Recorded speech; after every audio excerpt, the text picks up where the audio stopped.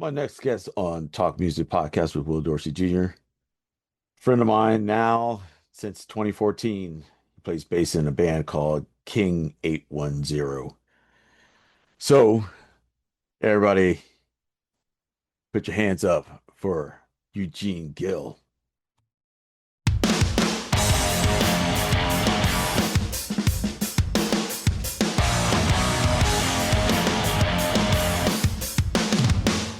Welcome to Talk Music with Will Dorsey Jr. Every month, Our host Will is going to interview musicians from around the world and talk everything music. Our listeners range from professionals to recreational musicians who want to learn more about the industry, their instruments, and the community of top musicians. So join us, subscribe, and keep up with Talk Music.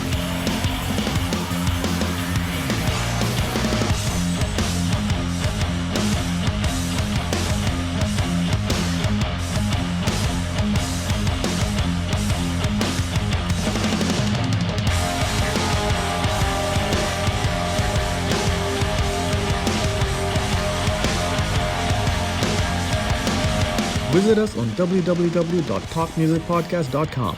Subscribe to our YouTube channel. Download our podcast on Apple, Google, Amazon, and Spotify.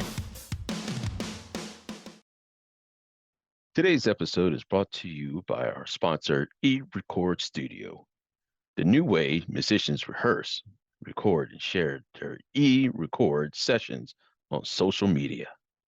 Visit ERS on eRecordstudio.com. Download this amazing app on Google and Apple Apps stores. Eugene, what's up, Hell, bro? What's going on, man? How you It's been doing? too long. Ah, Hey, man, I'm good. man. Yeah, I'm living. Dude, man, it's been years. Now Yeah. I see that you're, Eugene Aaron Gill. Is that what you? Well, I just put like Eugene Gill was taken on Instagram. There's Oh, was another it really? one out there that's not my father. So yeah. Okay. So yeah, I don't know. They didn't want to give it up, so I was like, all right, Oh. I guess I'll just go with the first and middle name, which I always thought was like kind of, I don't know. I didn't really have. It was before, like on my other handles, I go by Gene 810, Oh, and I right. just never changed the Instagram one. Right. Okay. So that one's the only one that's still Eugene Aaron, but it's just first and middle name. It's not Okay. like it's not like a stage name or anything. You know what I mean? Right. It's not like Kendrick Lamar. You know, Right. I wish it was. You know, Right. I Yeah. wish it was like Kendrick Lamar, Oh. but Oh man. yeah. Man, Uh, can I tell people how we actually met from like back in 2014 and you can um tell people whatever you want. I'm sure they've heard. I- I'm sure they've heard way worse about me than anything you're gonna tell them. So well I feel think free. I think no I think I watched you guys. This is back in 2014. I just want to let everybody know back in 2014 we're both bands, Body Count and King 810 were on Mayhem Festival. And I don't know if it was you that I met first or your mom. Mm, yeah, yeah. It might have been mom's. It might have been Right, mom's yeah. because she was fangirling hard over Oh, Ice really? T. Oh Oh. man, it was like. I mean, I was stoked when we were there too. I mean, I'm not to sidetrack, you know what I mean? Huge, but just growing up, huge Body Count fan, you Oh, know. man. And but my mom, man, Yeah. my mom started, my mom saw Ice T. She like grabbed, she's like, that's Ice motherfucking T. I'm like, Right. mom, like, be cool. Like, I haven't broken my cool. Like, we're like, I think at that point we were like maybe a quarter of the way through the tour or something. Yeah. And, Yeah. which is sad to say that like we're a quarter of the way through the tour and like we hadn't met yet, but like Right. that's how big that tour was. Like that tour was massive. There's It so many was. people, and we were the new kids on the block, so we were always kind of trying to stay out of the way, and everyone thought that we were being like uh too reserved or something. You know what I mean? Like because there were 14 of us on that tour. That's another thing. Yeah. People, 14 of us on a bus on that tour. It was just us, Woo. on our first like humongous tour that we've done. And so we just kind of try to stay really. Right, right. And So only your I bus was just filled then. oh yeah, yeah, yeah. Yeah. Just every bunk, every bench, every inch of floor, whatever, wherever you could get in, get in where you fit in. That was the motto of that one. So, Wow.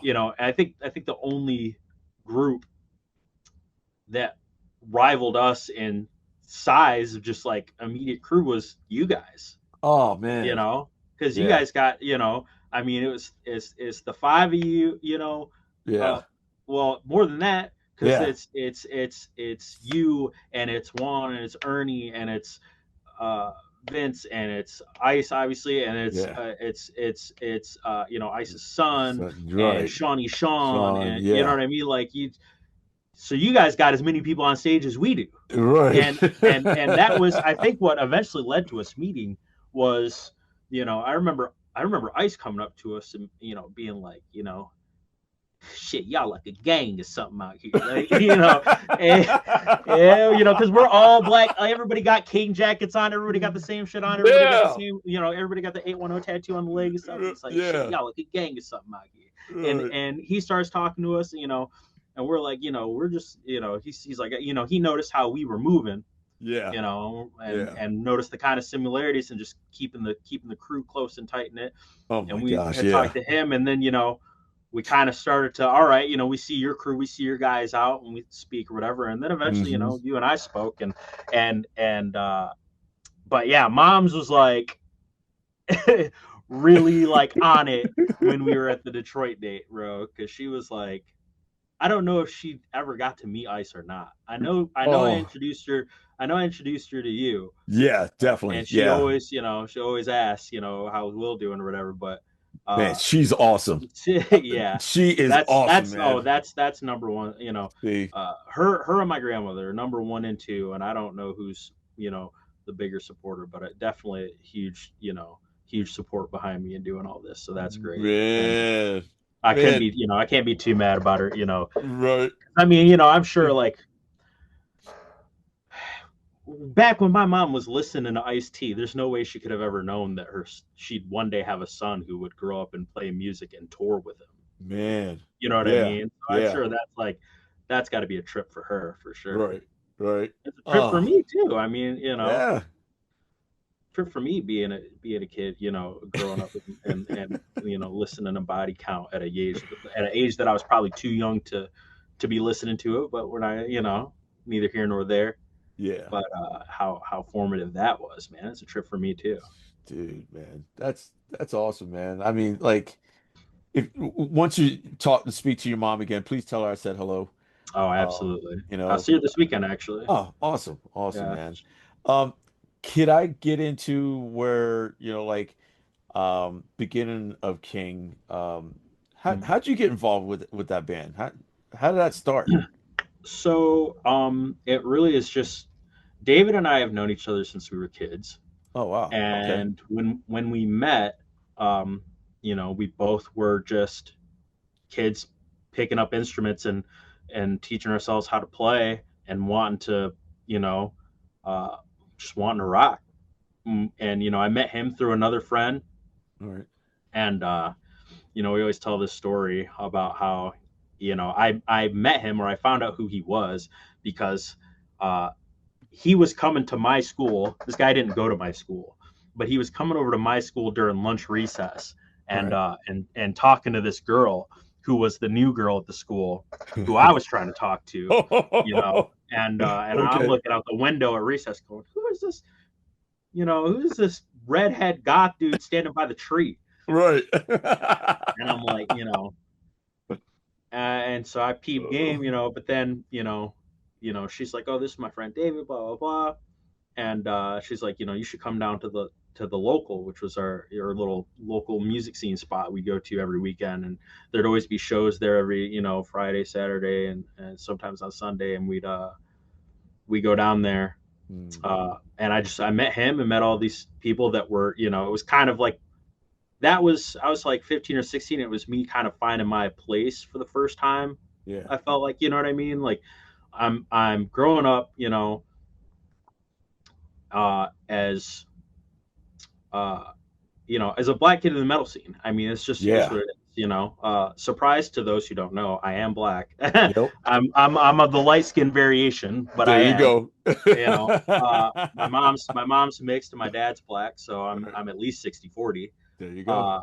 But not many kids like me no one like me in my neighborhood, that's for Yeah. sure. Yeah. Grow up being a black kid in the metal scene, or into metal music, into heavy music, and I was into more than that. I always say I always had something of everything in the house. I had one uncle that was into rock, with one uncle that was into rap. My mom was always listening to R&B. My grandmother listened to oldies. Like I got a taste of everything, but Damn. being into the stuff I was into, when I start finding my own music and I'm listening to Korn and Slipknot and Rage and then I'm at Hot Topic, I'm buying the Jinkos, the spike Right. collars, the black nail polish, everything, and so it's Yeah. like, getting into the local music scene was where I finally found like a home, Mm. with people that were into the same things I was. Right. And so that's, where I meet David and we just said, hey, I'm trying to start a band. We had hung out for a bit or whatever, and then I had this band I was trying to start with some other friends. And then it's like, okay, hey, we need a guitar player, hey, we need a drummer. And he's like, well, I play guitar, and my cousin plays drums. And so we started that band, which was just everybody's first band, right? It's Oh, terrible. It doesn't do anything, but right. it sets the foundation for him and I playing together. And we've just always stuck together through every failed little local band project, until we landed on King. Wow, dude. Dude, man. I mean, when you guys perform, I'm gonna tell everybody right now, man, you gotta watch, especially this guy right here. This dude's all over the place. Are you still like that? Or Yeah. Well, when I got room, there's more things on the stage now. There's more things getting in the way, and there's the things on the stage are nicer okay. than when back then. We had stuff that's like, okay, like this stuff's gonna get roughed up.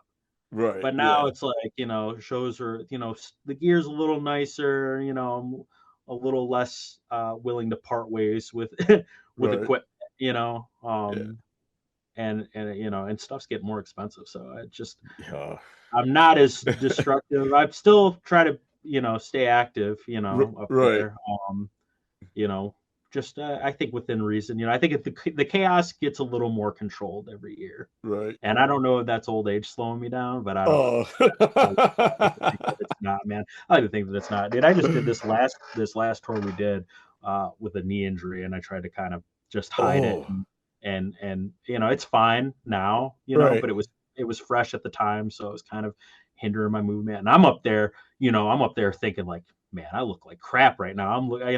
I'm slow. People think I'm getting old. I'm losing the juice. Oh I'm in man. my head, while I'm playing, thinking I'm not doing enough, and then, Right. somebody comes up to me afterwards. It's just like, dude, your stage presence is insane. I don't know how you, move up there and, all this, you got all this stuff on you and just, you got to be dying up there. And I'm just like, I guess I still got it then. Cause Right. in my head, I'm thinking like, dude, I look just slow. I look depleted up here. Because Oh I'm just man. thinking like, man, this knee thing's killing me. But it's all good now and everything's fine with that. But Wow. Dude. yeah, Hey man. I I was gonna still I still get down. Yes, I right. still get down. But you're still getting it. I know you are, man. I know Yeah. you are. That's the one thing, like one of the things I loved about like all you guys. I mean, even David, what I mean? So, I mean, are you guys, I don't know what's the stage present is now currently. Mm. But because I know he used to throw himself all in black or Mm. whatever. And this, I don't know if it was Mud. paint. It Was it was mud. mud? It was It was mud. mud. It was Oh, mud. It was soil on the Mayhem Fest when you right, saw it. It right. was soil, yeah, before Fatter on the Heart, which used to be the last song that we would do.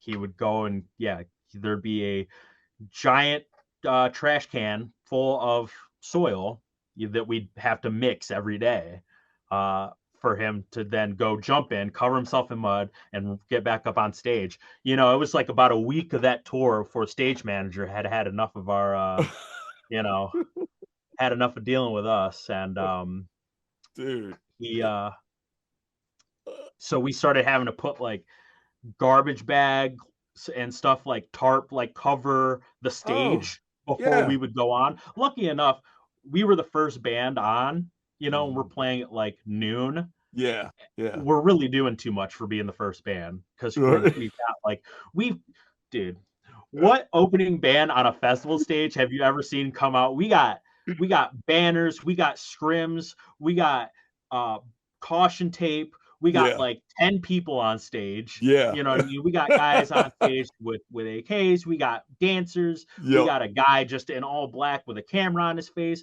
and then we Oh, got this guy going and doing a wardrobe change and getting into mud and coming back, you know what I mean? And getting flinging mud all over the stage. And it's just like, I'm sure everybody like behind the scenes on that tour was just looking at us going, what are these guys doing? dude. Like what who I, who approved this? You know what I'm saying? Whose man's is up here? I, But man, I gotta tell you a story.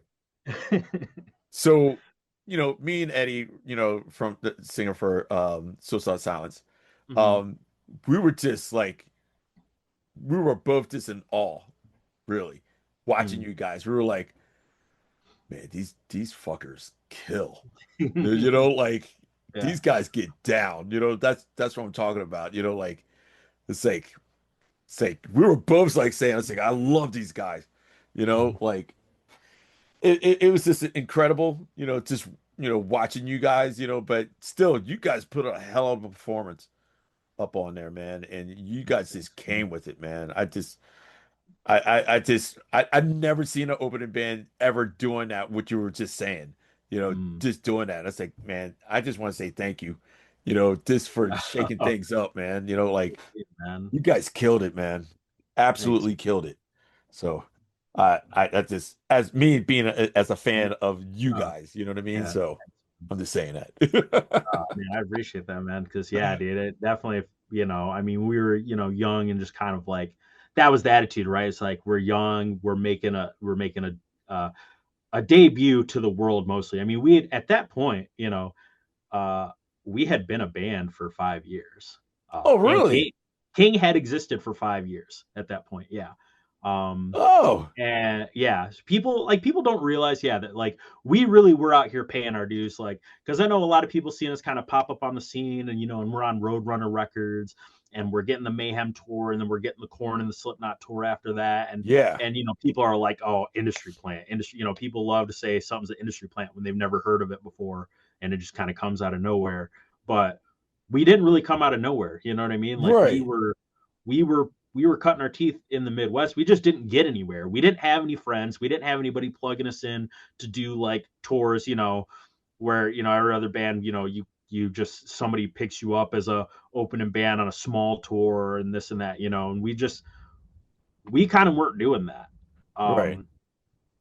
Um, we when King started out, I mean, well, the first few years of King were like kind of a different band almost.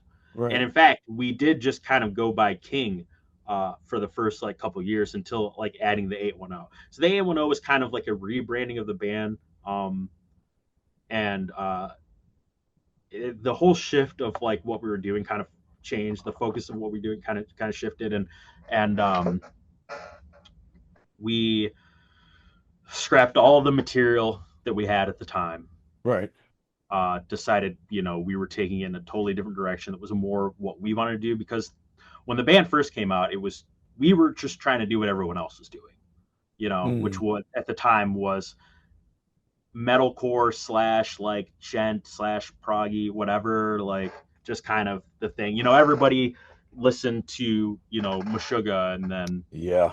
thought that they could do that. And Hmm. um, that's not exactly what we're doing, but you know what I mean? Like it was more in that realm than what we're doing now. Hmm. Um, and I think, yeah, one day we just kind of woke up and realized like, this isn't like, this isn't us. This isn't the stuff that we, don't get me wrong. Like I love Meshuggah, but like, Yeah. this is, we grew up on new metal. We're new metal kids. We're goth kids. We're, you know what I mean? Like Hmm. Korn and Slipknot, stuff like that. That's our shit growing up. So, Yeah. we need to keep it true to ourselves and do the stuff that we want to do.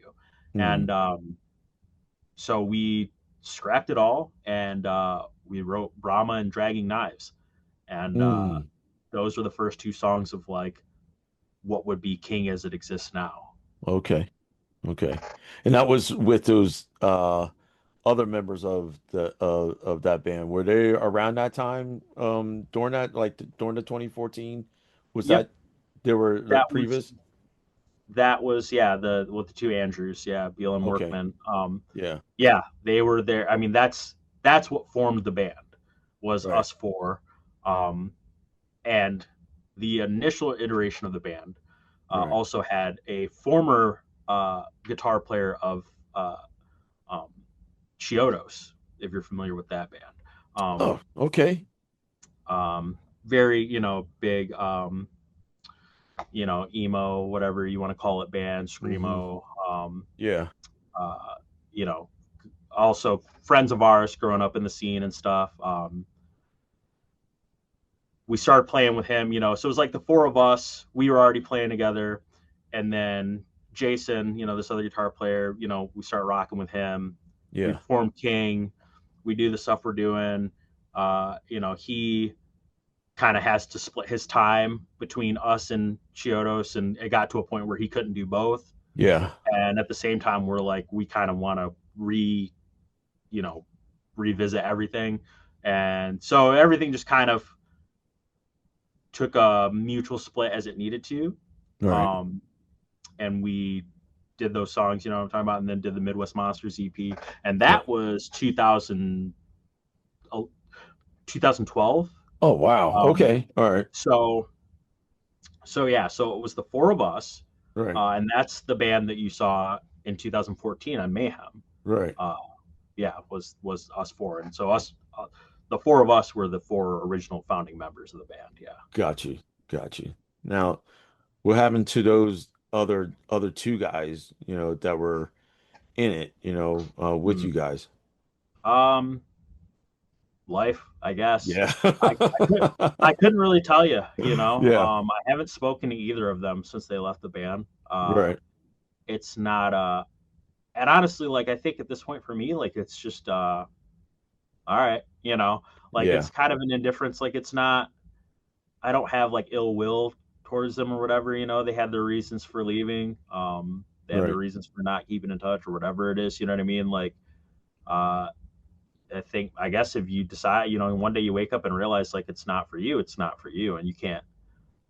I'm not going to force that on anyone. I'm not going to press the issue of that. Yes. If you realize it's not for you, it's not for you. But if you know it's not Right. for you, like, stay over there then, because I know that it hasn't changed for me. You know what I mean? And Right. it hasn't changed for David. That's why we're still here.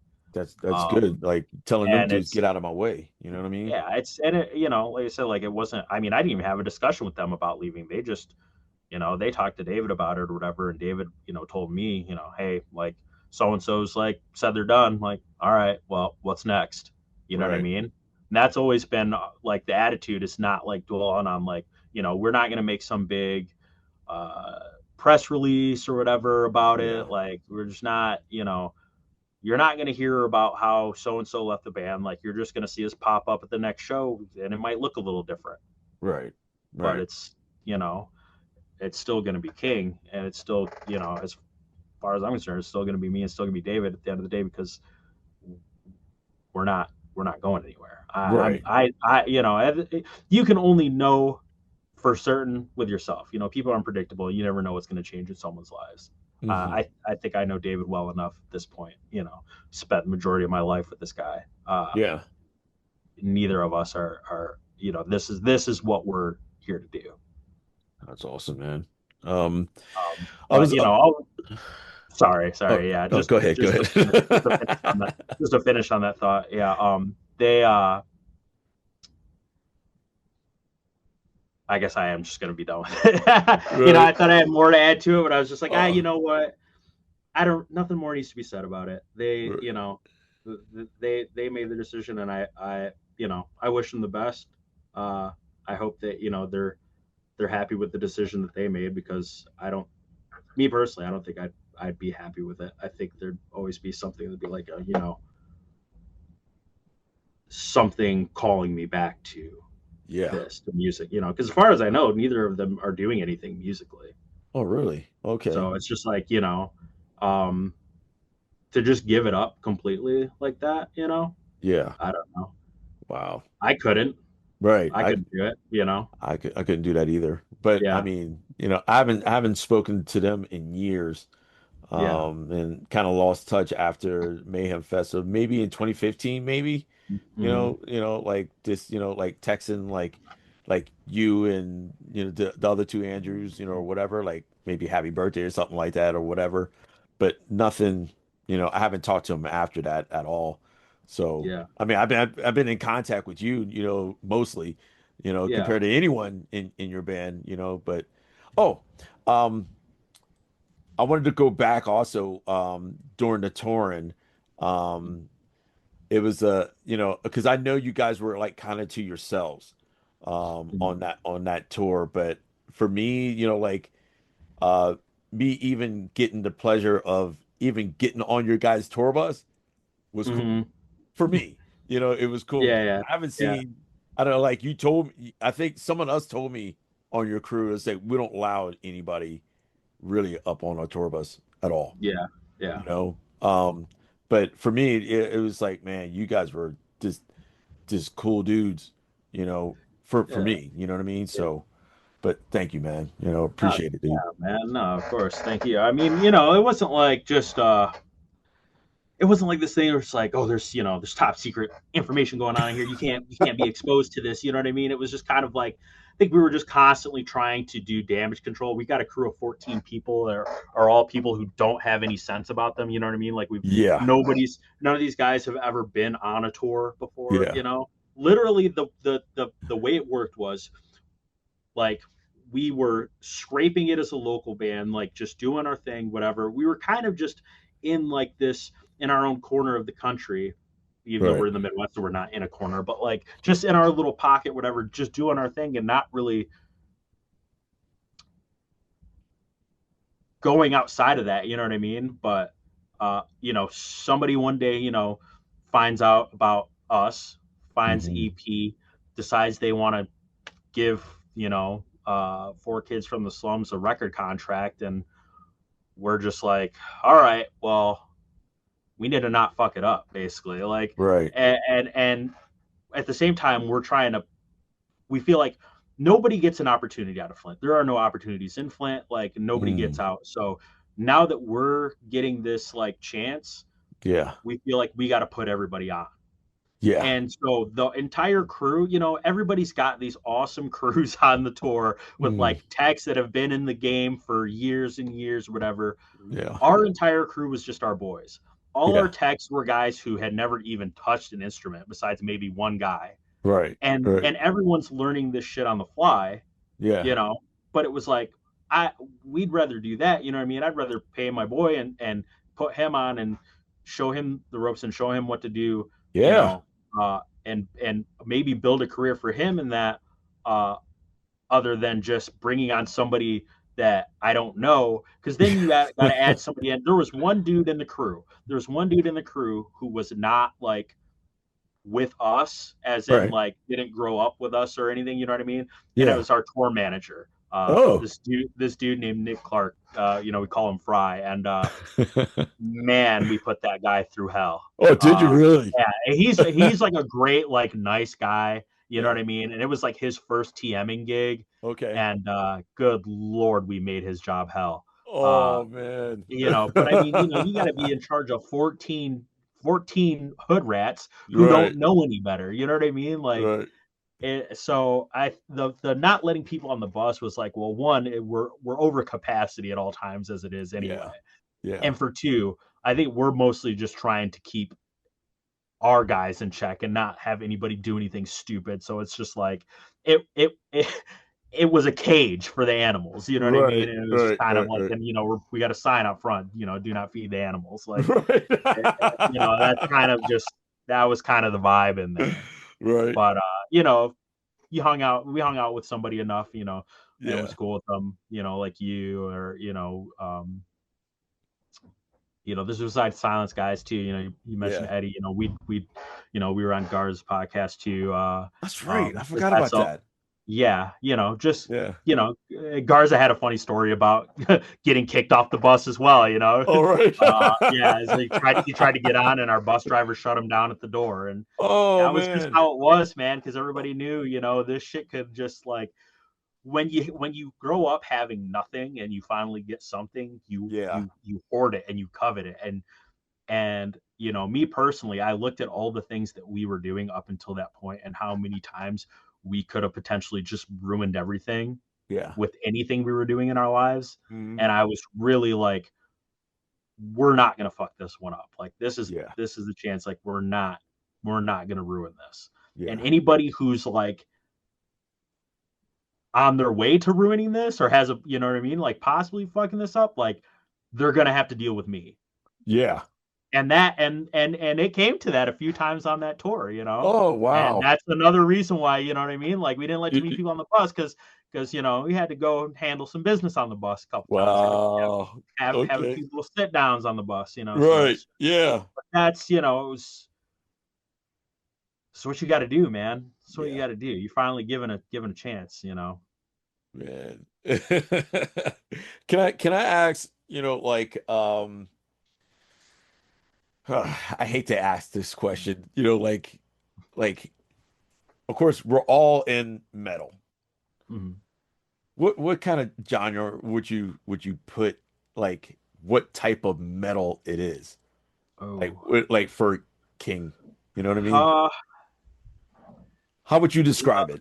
I think the thing that so when we're talking to like a front of house guy, somebody new who's not mixed us before, Uh-huh. the thing we always say is we're a new metal band that thinks they're an industrial band. Okay. Okay. So, you know what I mean? Like the vibe is like drums and vocals up top, production up top, you Yeah. know, guitars are just an accompaniment and but heavy on the groove, heavy on the rhythm, that kind of mix. And I think that is kind of where we sit these days. It's like we're very much a new metal band. Um Okay. I just when I talk to people that don't know us, I feel like my response is different because talking to you or talking to somebody else in the industry, I'm just like, yeah, we're new metal, whatever. You probably already have like an idea of us anyway. But when Yeah. I talk to people that have never heard us, and especially people that aren't into, aren't already in the genre or think are into the genre, Mhm. I'm kind of apprehensive to tell people that we're a metal band because I think it's kind of a disservice to Yeah. the entire breadth of what we do. Yeah. Um, when you look at our catalog, I would say probably close to 50% of it is not metal. Oh, Um, when yeah. you look at like even going back to Memoirs, our Yeah. big debut album, Right. half of that album was not like heavy metal. It was, we had acoustic songs on there, we had Hmm. some electronic stuff on there, we Yeah. had spoken word on there. Yes, you did. So it's just like, yes, we're a metal band because that's what's put at the forefront. That's what everybody sees. Yeah. Uh, but it almost feels like a disservice to just pigeonhole us as that because we're doing so much more. And I always tell people like, if you dig through the catalog enough, um, there's something there for everybody Yeah. because we've touched on so many different genres. Yeah. Yeah. You guys have. You guys have. But I think overall, yeah, I mean, you just would say we're a new metal band because that's the vibe and the attitude and um, we very much try to keep the spirit of like the early 2000s alive. Yeah. Yeah. That's cool, man. Can I, like let people know that, from Memoirs of a Murder, Mhm. um, to Rust Belt, new metal. Mhm. Um, I felt like you guys grew, like Mhm. from the first album. I love that first album. Absolutely love it. I played it to death, so, Mhm. but listening to your new album, I noticed there was a big, big difference of sound I noticed that, drums sounded more natural Mm-hmm. on your newest record. Mm-hmm. For that, whose decision was to do that? So that's David's idea, really. He came to me at the end, towards the end of the year last year, and the other guys in the group, and he's like, I got this idea, and he has this whole story that he can tell better than I can about how he came to that idea, All right. because it was some weird like Egyptian vision quest he was on, uh, but he basically comes up with this idea to do 3 records this year, and they're all done live in studio in front of an audience, one take, one track, no click, no production, none of that. What? Like really just getting back to the roots. So if you didn't know that, uh, for you to say, yeah, the drums sound more natural, it's Yeah. because they are entirely natural. There's no production, there's no studio magic, there's no punch in or Right. sound replacement or none of that. Like what you hear on Rust Belt new metal Yeah. is 5 dudes in a room jamming on their instruments and nothing more. Oh my. Obviously some mixing and stuff, you know what I Oh mean? Some little post processing to make stuff sound nice. yeah. Because if you just stick a mic in a room, it's gonna sound pretty shitty. But Right. like, but that aside, yeah, the instruments and everything you hear on the record, I mean, that's us.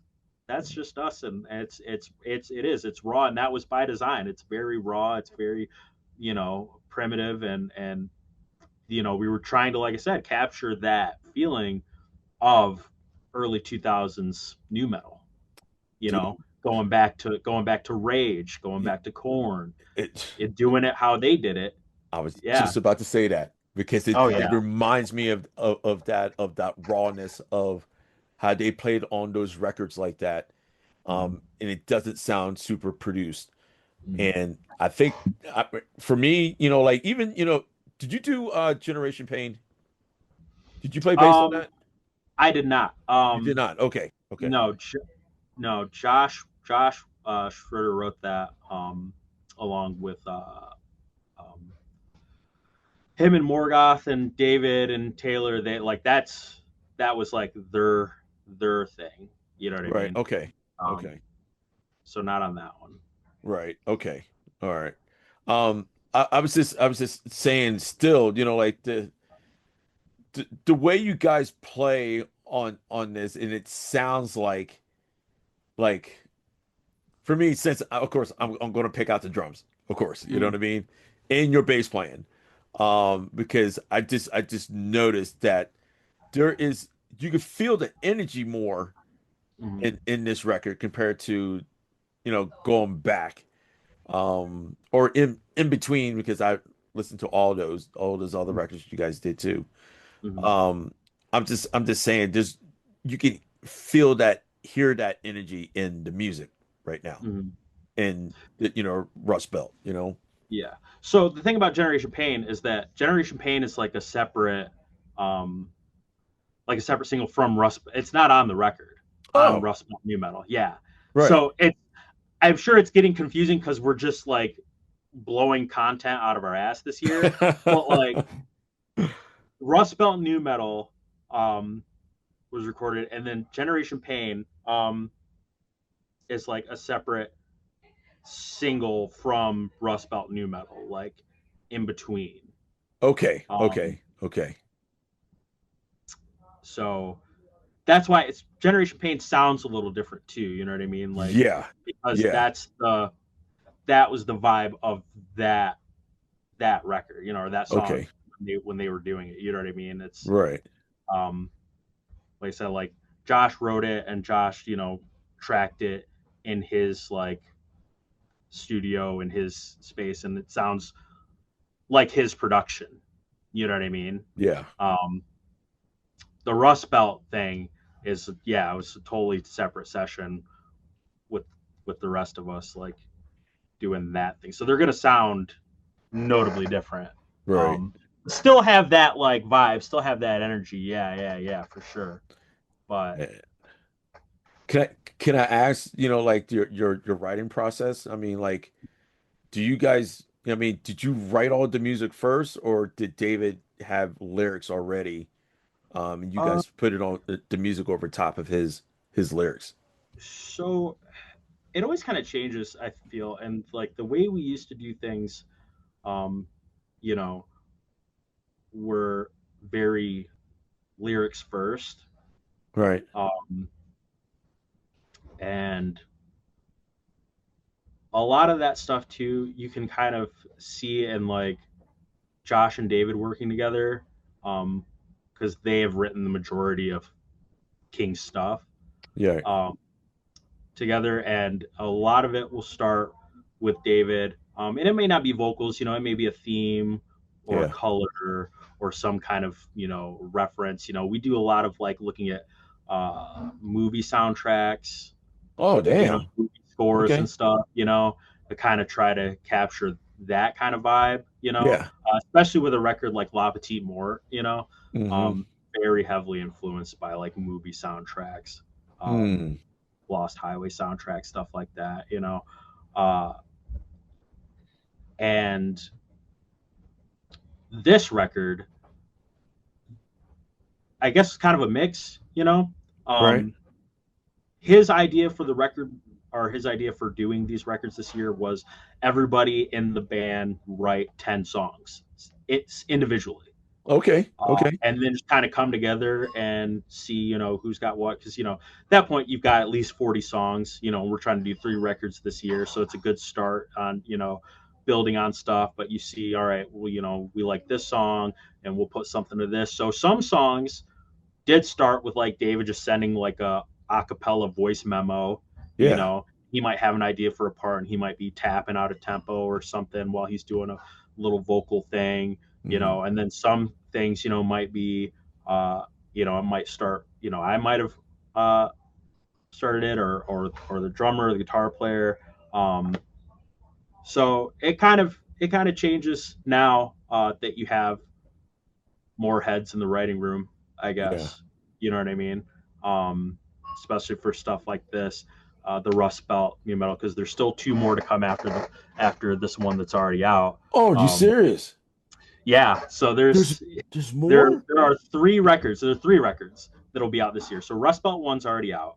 Okay, right. We just recorded Rust Belt 2 a couple weeks ago or so. Um, and then Rust Belt 3 will get recorded later this year, somewhere in between these tours that we're doing. Right. Um, because we've already done 1 month-long tour this year earlier with Upon a Burning Body, who was also on the Mayhem Ah, Fest. yeah.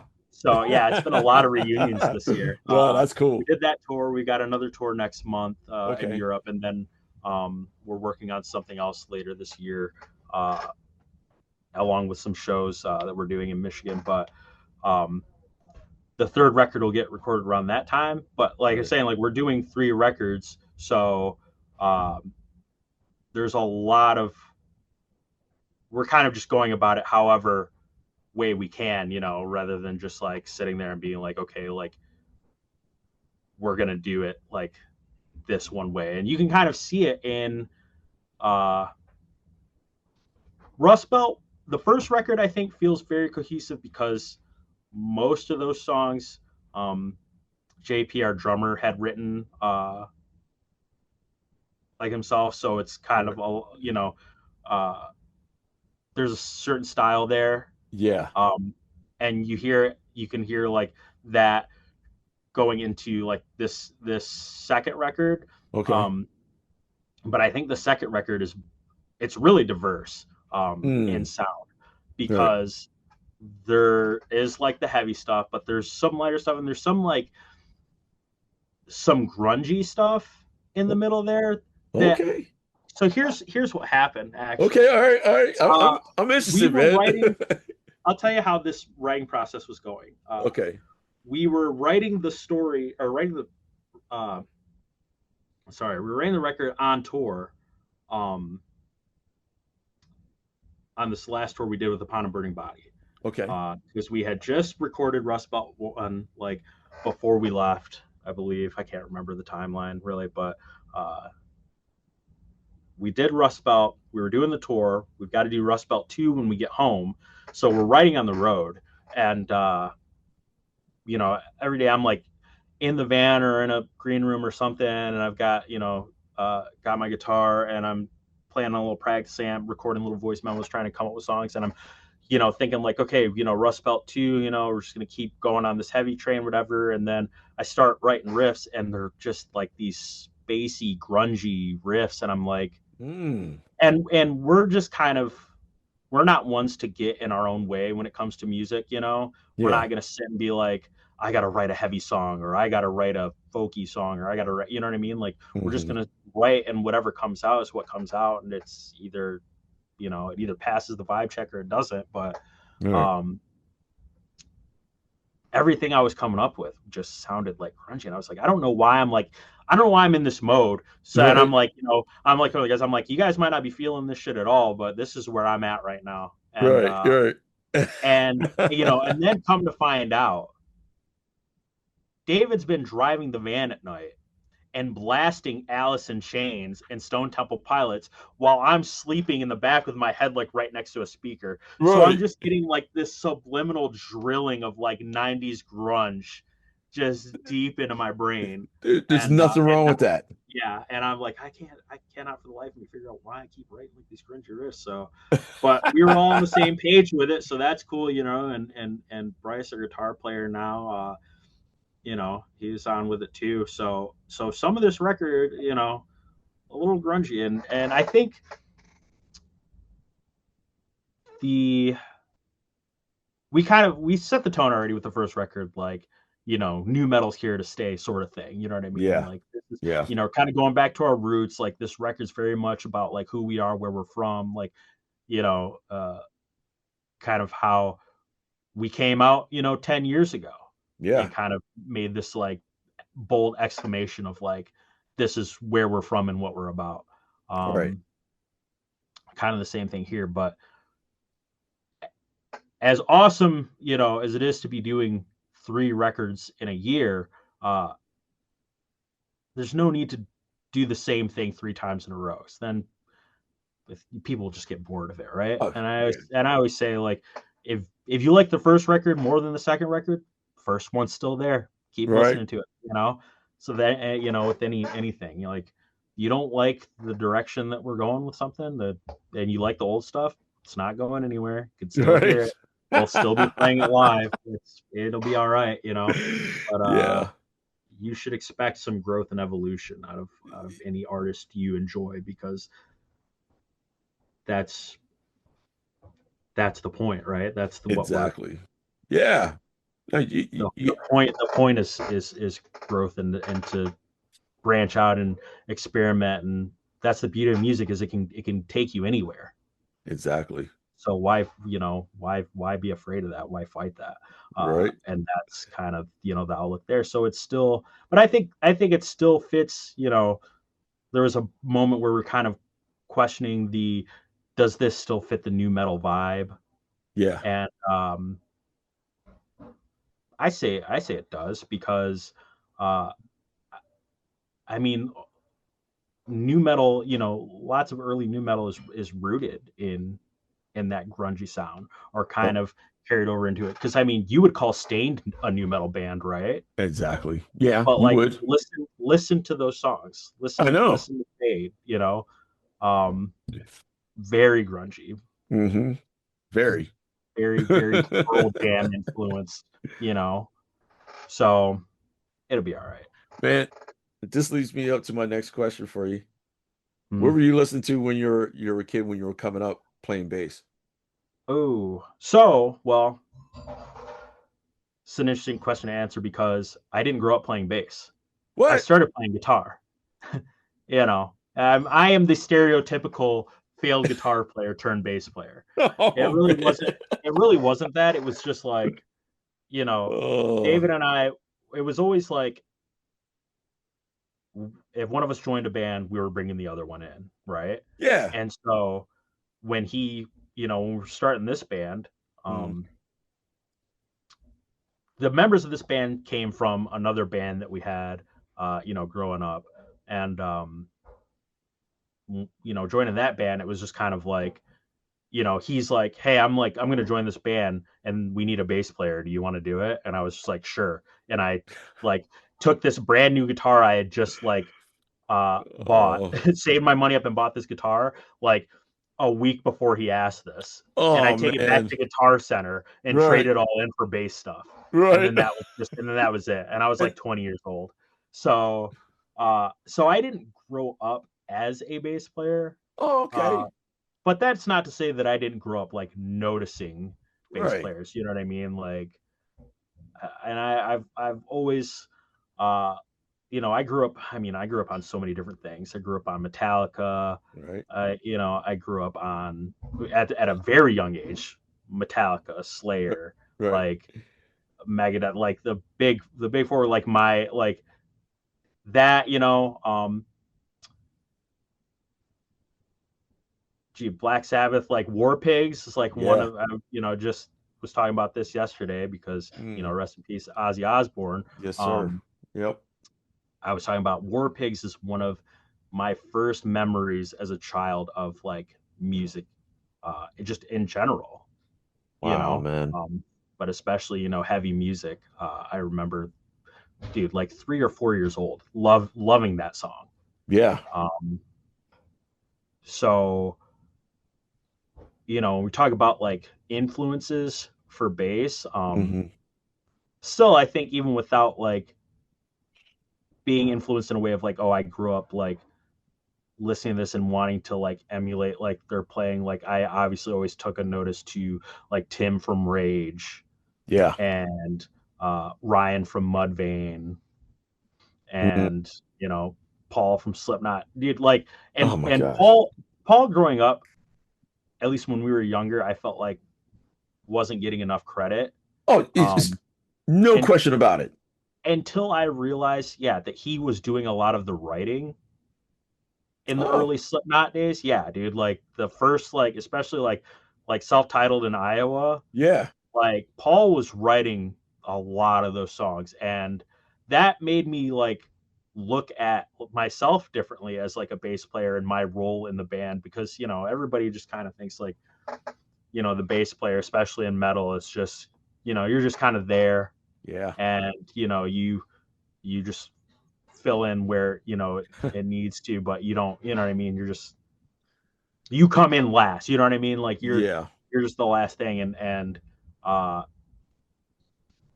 man, people only knew, you know what I mean, like Hmm. those all those killer riffs you love from early Slipknot songs, man, and even like the one that actually it was him talking about writing Before I Forget, and that riff Oh is my gosh. insane. You know what I Yeah, it mean? is. Yeah. Yeah. Yeah. And so I'm like, there's more to it than just, you know what I mean? Like just playing the bass and not just following the guitar all the time, and you hear Exactly. that a lot in our music as metal band. It's not just the bass following the guitar all the time. Bass Man, very much sits in the rhythm pocket with the drums as it should. right? I was gonna say, speak on that, man. Go ahead. Yeah, Keep yeah, going, yeah. man. Keep No, going. absolutely. Keep You already going. know. You already know Yeah. as a drummer, Keep like keep the going. the rhythm section stays the rhythm section. The leads can do all, the guitar and the vocals can handle the melody. Hmm. Um, and so that is, uh, I would say, one of the biggest influences for me, as not just a bass player, but a musician in general. Exactly. Is Yeah. that like everybody can have like everybody has their like role to play, right?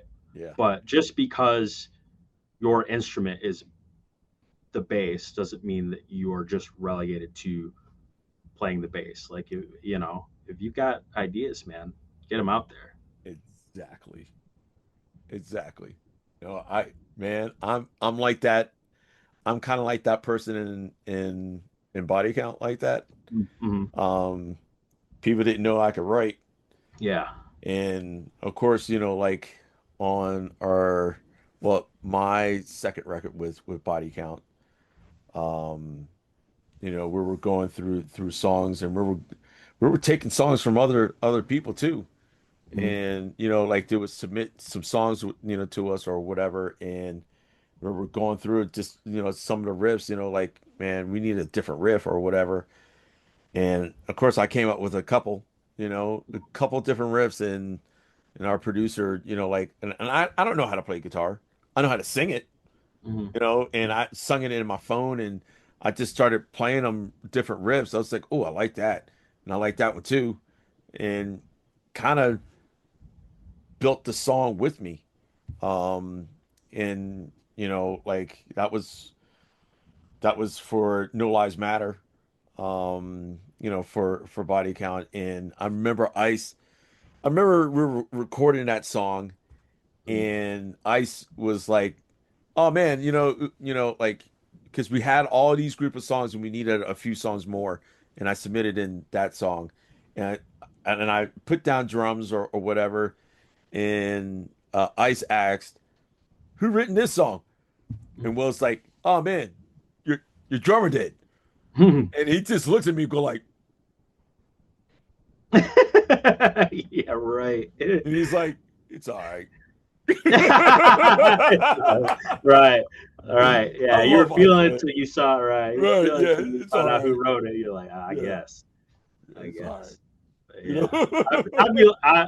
I'm not gonna lie. I'd be like that too sometimes. Our drummer writes a lot. I mean, like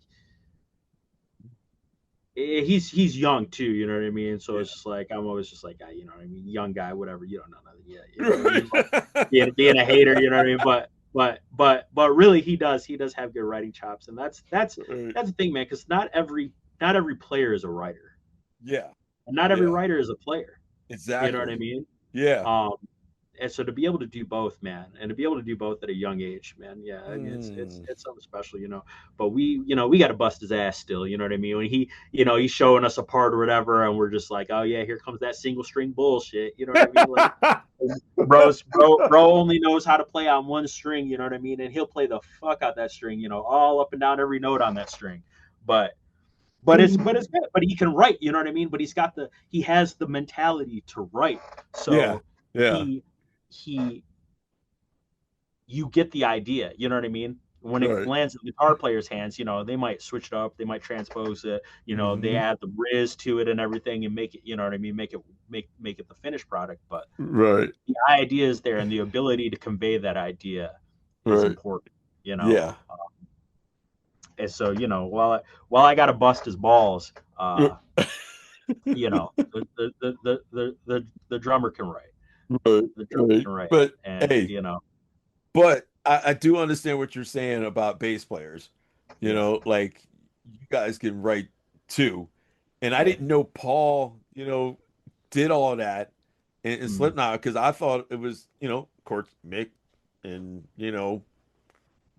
Jimmy, I know yeah, Joey yeah, written as well, because I know he plays guitar too, yeah, but I thought it was just mostly the guitars yeah, whoever, you know what I mean? yeah.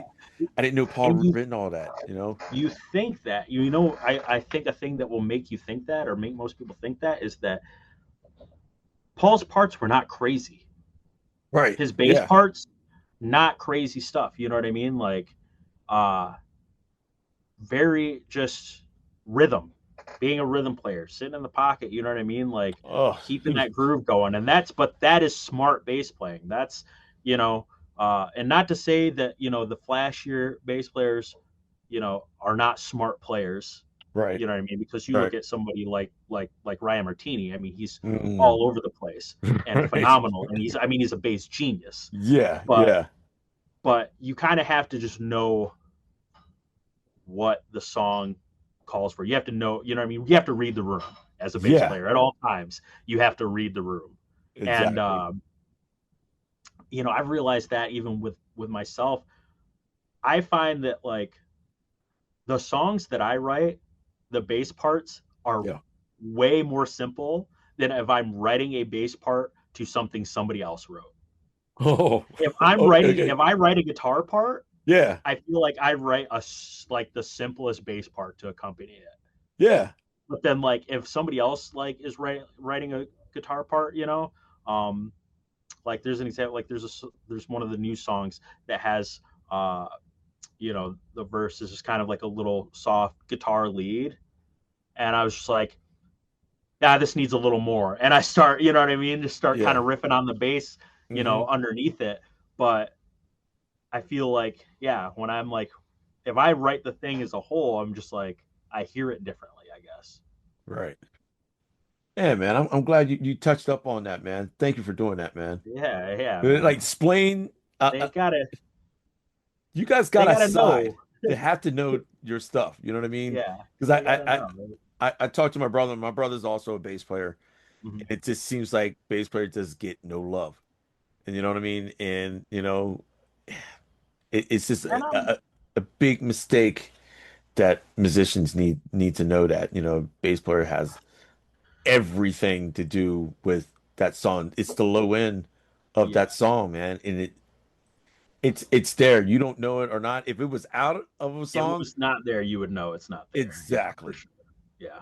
And I don't Exactly. have like this like chip on my shoulder. Like I don't feel, you know what I mean? Like trust me, like I am not a person that even wants to be in the limelight, or despite being a musician, Mhm. everything. Like I don't feel like I have to like bring attention to myself, or hey, look at me, like, you know what I mean? Like I don't have like the bass player syndrome where like, oh, I'm left behind. Well, also just I think because like the nature of like King and like where I stand in the band, like I'm kind of at the forefront anyway, right? Because like Yeah. I'm a co-founding and original member, and just kind of the way our stage presence is anyway, like with the other guys in masks and stuff, like I'm just gonna kind of stand out. Plus, being like a 6'5" black guy on stage is kind of like Yeah, you just you kind are of you are pretty sticks tall, dude. out. Just naturally kind of sticks out. So it's kind of like I kind of get a little advantage over being like the bass player hidden in the back, sort of Right. thing. But Yeah. but just naturally, like I don't feel uh like I have to stand out, or make this like big claim or stake for myself, Right. because that's not where I'm. If that's not where I'm supposed to be, it's not where I'm supposed to be. Yeah. You know, Mhm. at the end of the day, as a bass player, as a rhythm player, and this too as a drummer, Mhm. um, you know, when it's time to stay in the pocket, you better keep your ass in that pocket. Yeah.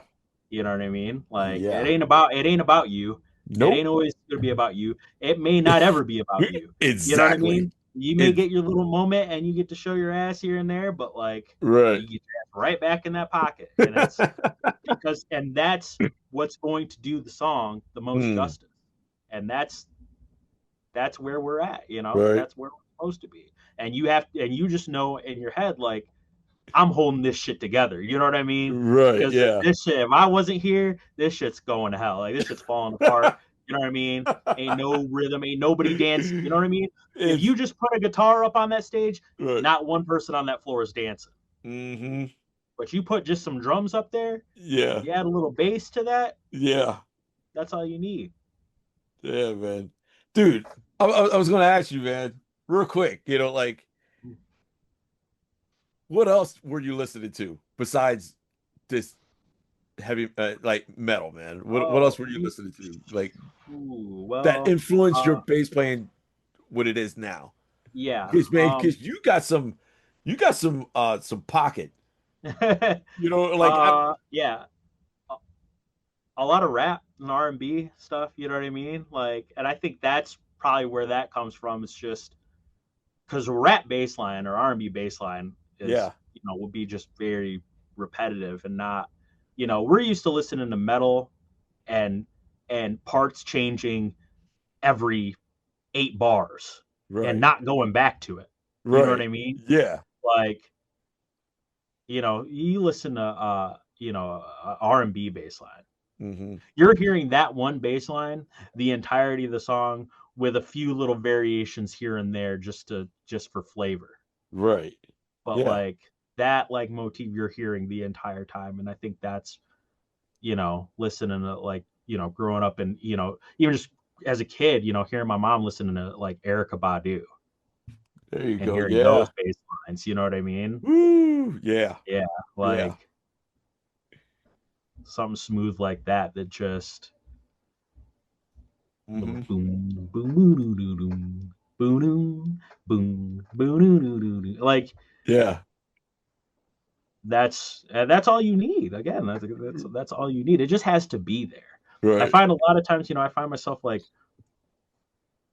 trying to come up for a part, that I'm like, I'll sit there and think and think and think about it. And then, what I'll end up landing on? What's that? Open root note. Just Mm-hmm. open root note. I'll play 10 different things and be like, Right. none of this shit works. I play an open root note underneath it, and I'm just like, that's it. Right. That's the part. Because that, you know what I mean? Like you don't need much to Right. feel it. Wow. Yeah. No. You just gotta be there. Don't Absolutely. overcomplicate. I think that's the biggest like I think piece of advice I would give to like any bass player. Yeah. Don't overcomplicate shit. Yeah. Doesn't Don't need it. overcomplicate shit. Because the simple repetitiveness, if it's good and it's groovy, will be far more memorable than whatever crazy lick you were about to play over that part. Yeah. Absolutely right. Absolutely right. Yeah. Man. Stay in that motherfucking pocket. Exactly. You gotta keep your ass in that pocket. Yeah, man. When you wanted to professionally do this? What age were you at? Like, I wanna really get out there and I actually do this. Like, Yeah, I feel like there were maybe a couple points in my life where I decided that because I felt like I knew early on, like when I first picked up guitar and was learning how to play. what age was that? 15 or 16. Yeah. Um, my uncle had when he moved out of the house, he had left an old guitar in the basement that I just picked up one day, dusted off, and was like, hey, you mind if I play this? And it Hmm. didn't work. Like the electronics didn't work. I couldn't even plug it into an amp. I spent the first year of me playing guitar just playing an electric guitar with no sound, like just the Wow. sound of the strings and nothing else. You know what I mean? Yeah. Like no amp, no nothing. Like I had to play that thing for a year before my grandmother got me my first guitar Hmm. as a Christmas present and a little practice amp. So um, it started there, and I was just like every day, man. Just learning like Metallica songs and stuff. The first song I ever learned was "Seek and Destroy." Ha ha. Yeah, Yeah. yeah, and playing along stuff like that, and just and then I'm listening to Korn and Slipknot. I'm learning about drop tunings, and I'm Yeah. fucking the guitar all up, tuning it down to drop A, and it's not set up for that, and Hmm. then there was like I had some friends who were learning how to play instruments, and we'd say we were going to make these little bands or whatever and just jam and make noise in my grandmother's house, and nothing really come of it until one band finally played an actual show. Yeah. And I think that first time I was on stage, I was just like, yeah, this is it. Because I had never felt comfortable doing any kind of like performance or speaking in front of anyone. Yeah. Like in school, like doing school plays or speaking in front of the class, whatever. No matter how like well spoken, whatever I have been in my life, like Yeah. when the spotlight was on me, there was always just that like clamminess, Yeah. um, just that little bit of unsettled feeling, and I didn't feel any of that. The stage fright people talk about and stuff, not an ounce of it. Not In an my ounce of it. the first show I ever played, you know what I mean? Yeah. And I think then I kind of knew, um, that I was like, this is it. This is the thing. Like I'm supposed to be doing this. Mm. But the other moment, and I don't know in the like which came first in the chronological order. I'd imagine it came before that show, but watching the Slipknot Disaster Pieces DVD Oh my gosh. I was is literally the like I see that and I'm like I'm the Leonardo DiCaprio meme, like pointing at the screen, going, that's it, that's it, that's yeah. what I want to do. Like what they're doing is what I want to do. Dude, I was just telling my 6-year-old son that he has to go watch that DVD. Yeah. Oh, To me, because that made me more of a fan of them when mhm. that DVD came out back then. It was just they were just sick. Yeah. It's like, oh my gosh, these guys are unreal. Mhm. Like this is their show. Like, but yeah, no. Sorry, man. I went on a No, tangent. yeah, no. So I mean, dude, I'll sit here and I'll talk about that entire DVD for 2 hours, dude. Like that is so like it's such an iconic DVD. It's so pivotal. yeah. Like it was my favorite band growing up. Like Mm, and like just blew me away watching that. I'd never even seen them live yeah. in person. Uh, Yeah. like 10 years. It was their 10-year anniversary in 2009. Yeah. Um, is the first time I saw them live. Damn. Yeah, like I didn't get to like go to a lot of big concerts growing up. You know what I mean? Yeah. Like never got to go to an Ozfest. Right. I was too young. I just missed the Woodstock days. Oh man. Um, I mean, I the first concert I ever went to was it was King's X, Joe Satriani, and Dream Theater, and I had never even listened to any of those bands, but my friend had a free ticket, and Okay. I think I was like seven.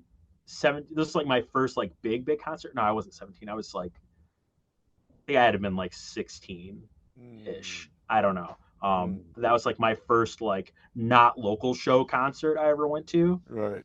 and I mean, at that point in my life, I'd never been to anything like that. And again, Mm, like, yeah, I don't even know how I ended up at that concert. I remember that being like the first like big concert I ever went to, but right. um, so it's memorable in that way. Right. Nothing against, there's obviously Joe Satriani is a legend in Dream Theater and all that, but it was just Yeah. that stuff wasn't really my thing. Yeah.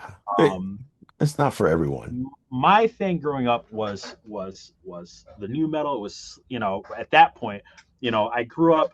I had early, um, thrash metal and punk in the Yeah. house from the one uncle, and so I was into that at like a very very early age.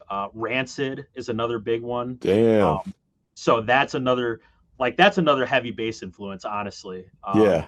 Maybe not playing wise, but like tone wise, I've always loved that like high attack, um, like really punchy bass tone. Yeah. I obviously always love the Maxwell Murder bass solo. Hmm. Uh, and another like another one of my like favorite bass tones ever is Comeback Kid on the Wake the Dead album. It's a Oh, bit newer, but like yeah. I guess not newer because it's like right. early 2000s, but like you know what I Yeah. mean. Like growing up, like that was like the bass tone I like, but like that kind of like the punk sound. So I was into like the thrash and the punk, and then when I started to find my own music, I liked Korn and Slipknot and Mudvayne. Yeah. Um, Fear Factory was Yeah. a big one. That's like Mm, so a lot of like uh, industrial influence yeah. into they had a lot of industrial stuff into like the new metal sound. Hmm. I always thought was really cool. So that stuff was like where it started. I'm kind of getting off on a tangent now, so No, I feel no, like no, you're good, yeah. man. Dude, you're Um, good. I'm trying to circle this back around to the like original question here. Right. Because we're just kind of riffing, but sorry, where like what was the Well, going back to that question, like the music influences that you had, like, and that's what I was wondering, like, what else, influenced you with the R&B type of music, but you got me on that, man. You're good. Okay, I got it. I just had to jog my memory, man. You know It's what I all mean? right. But It's all right. brain's been rocked around too many times, too much Right. headbanging, it gets all jumbled up. Right. Yeah, sorry. What I was circling back to here was that the defining moments, yeah. So Yeah. there's another defining moment that made me say, like, this is what I want to do. And it was Yep. another band that I was very into growing up was the Misfits. Wow.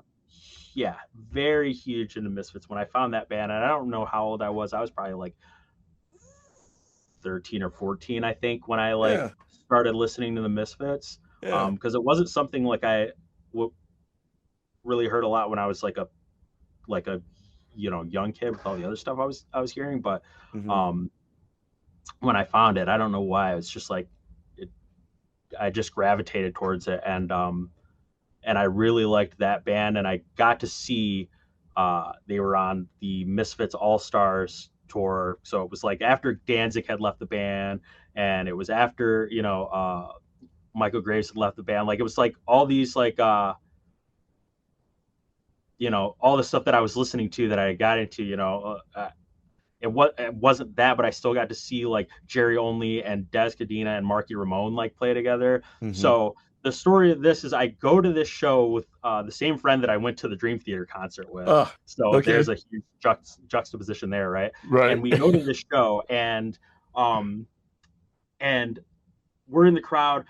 They're up there playing. They're playing a cover of a Black Flag song, Mm. "Rise Above," Oh, okay. Yeah.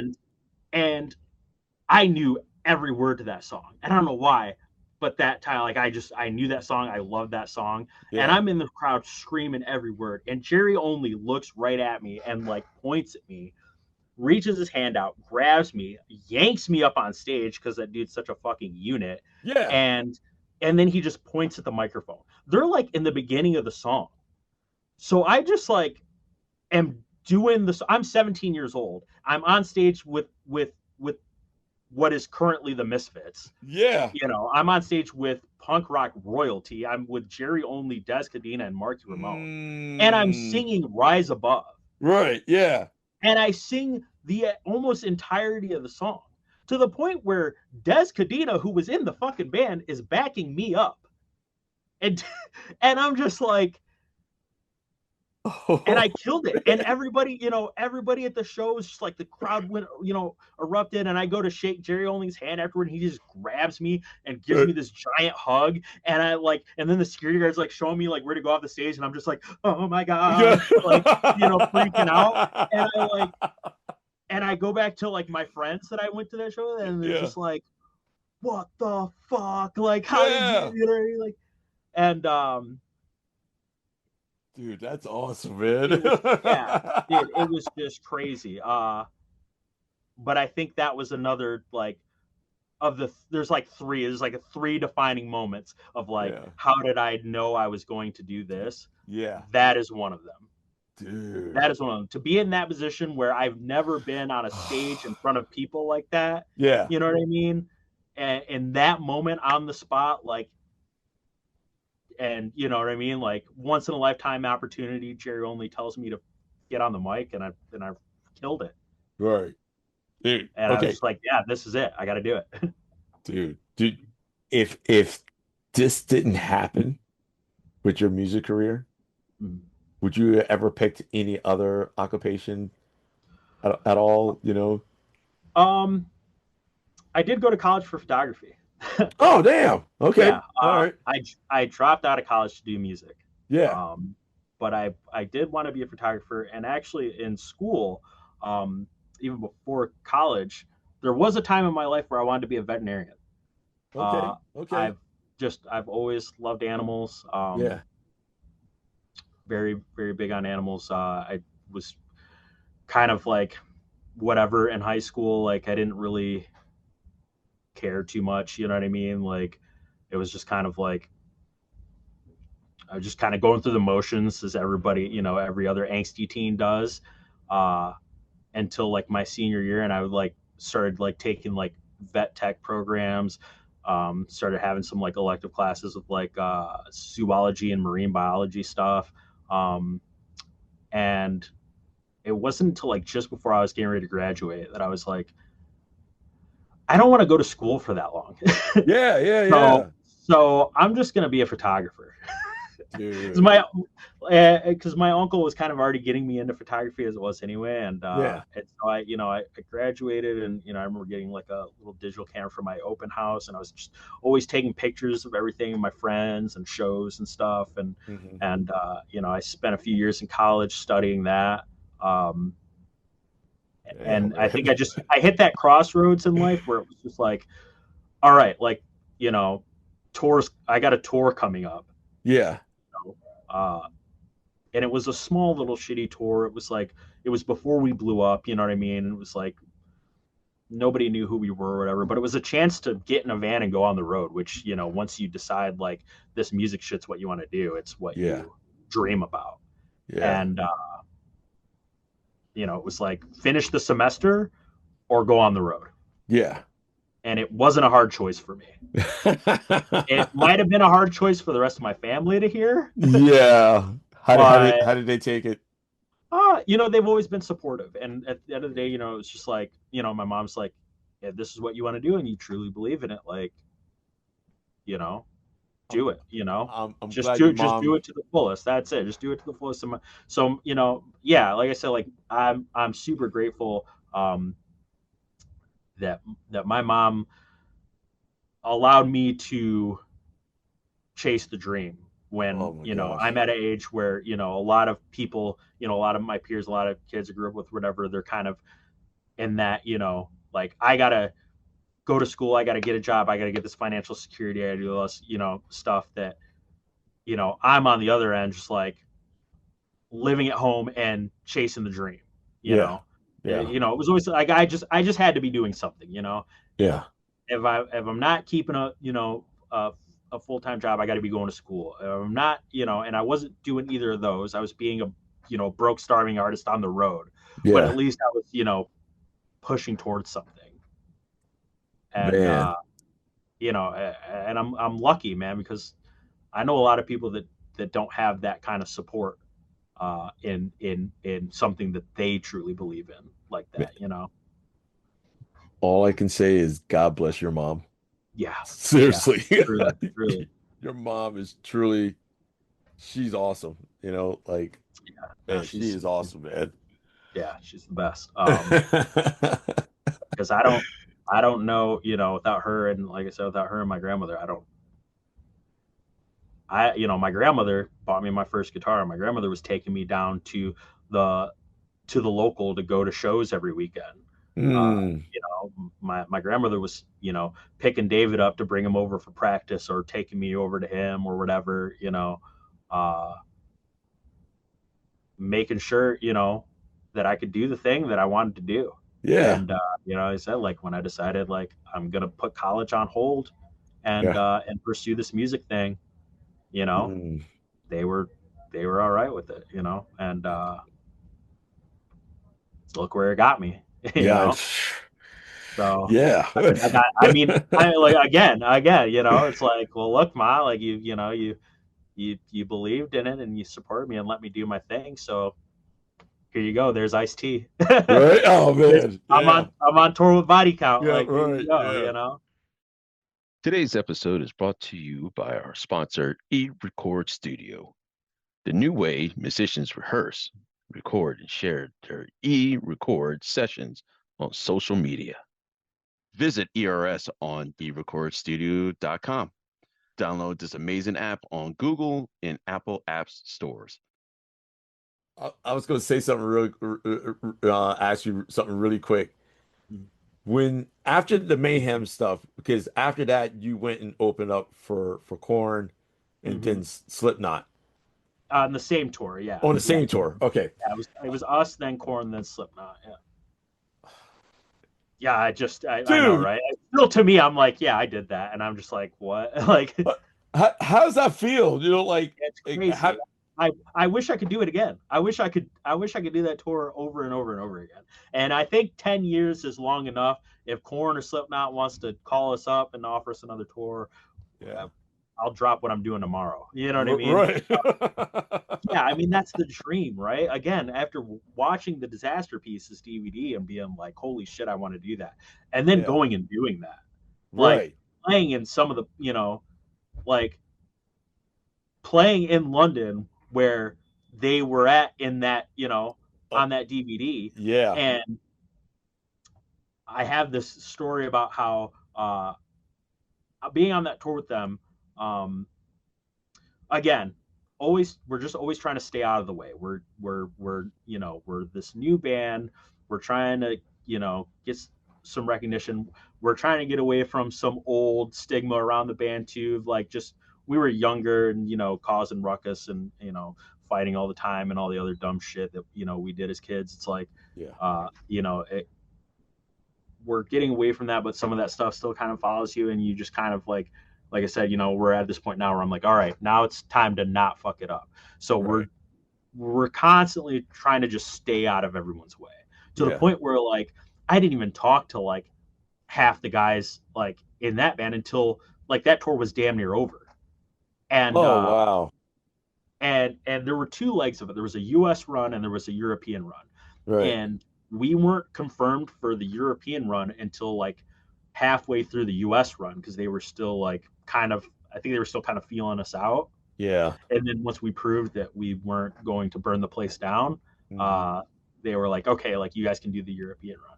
So I remember I when I went home in between those is like, dude, we're on tour for like 5 months with them. And Right. I had like a little break over the holidays to go home. And Right. I grabbed my copy of Disaster Pieces and I put it in my luggage and I took it with me. And I kept it in there Right. until we got to London. Yeah. And Oh my gosh. I went up to Corey and I was like, yo, like I have like you coming out creepily like in between songs and going London like Yeah. burned in my brain eternally from Yeah. how many times I've watched this DVD. Like, and Mm. I've like hate to like be like the big fanboy, but like, can you sign this?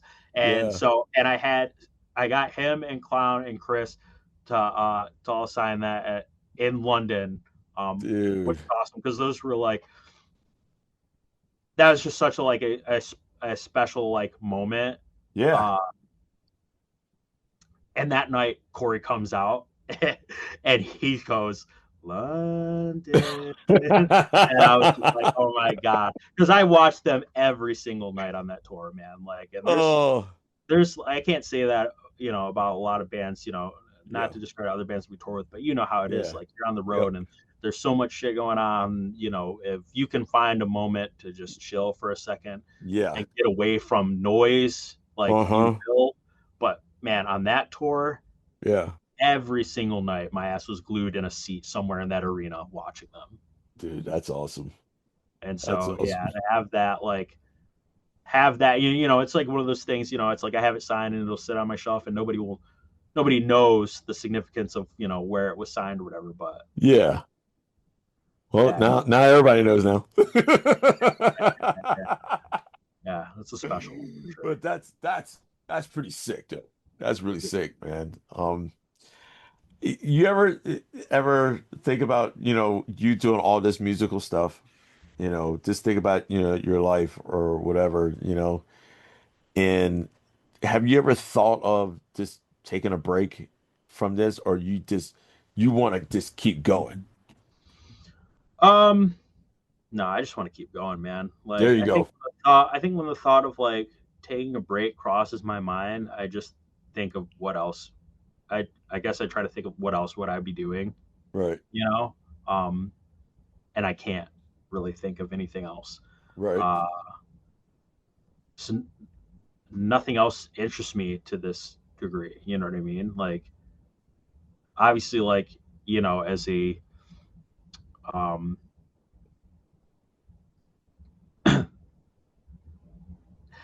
as an artist, like you at times you just feel like you're maybe a when it comes to the industry side of things, you're just like a cog in the machine. You know what I mean? And it's just kind of like there's ups and downs, and sometimes you're doing enough to where uh, you are surviving on the thing you want to do, and other times you are just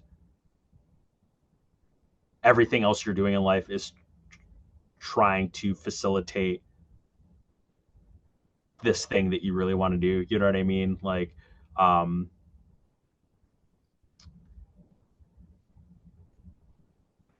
kind of like, like making ends meet in between, like, because for those that don't know, we were on Roadrunner, for the first two records, and then we split ways and went independent.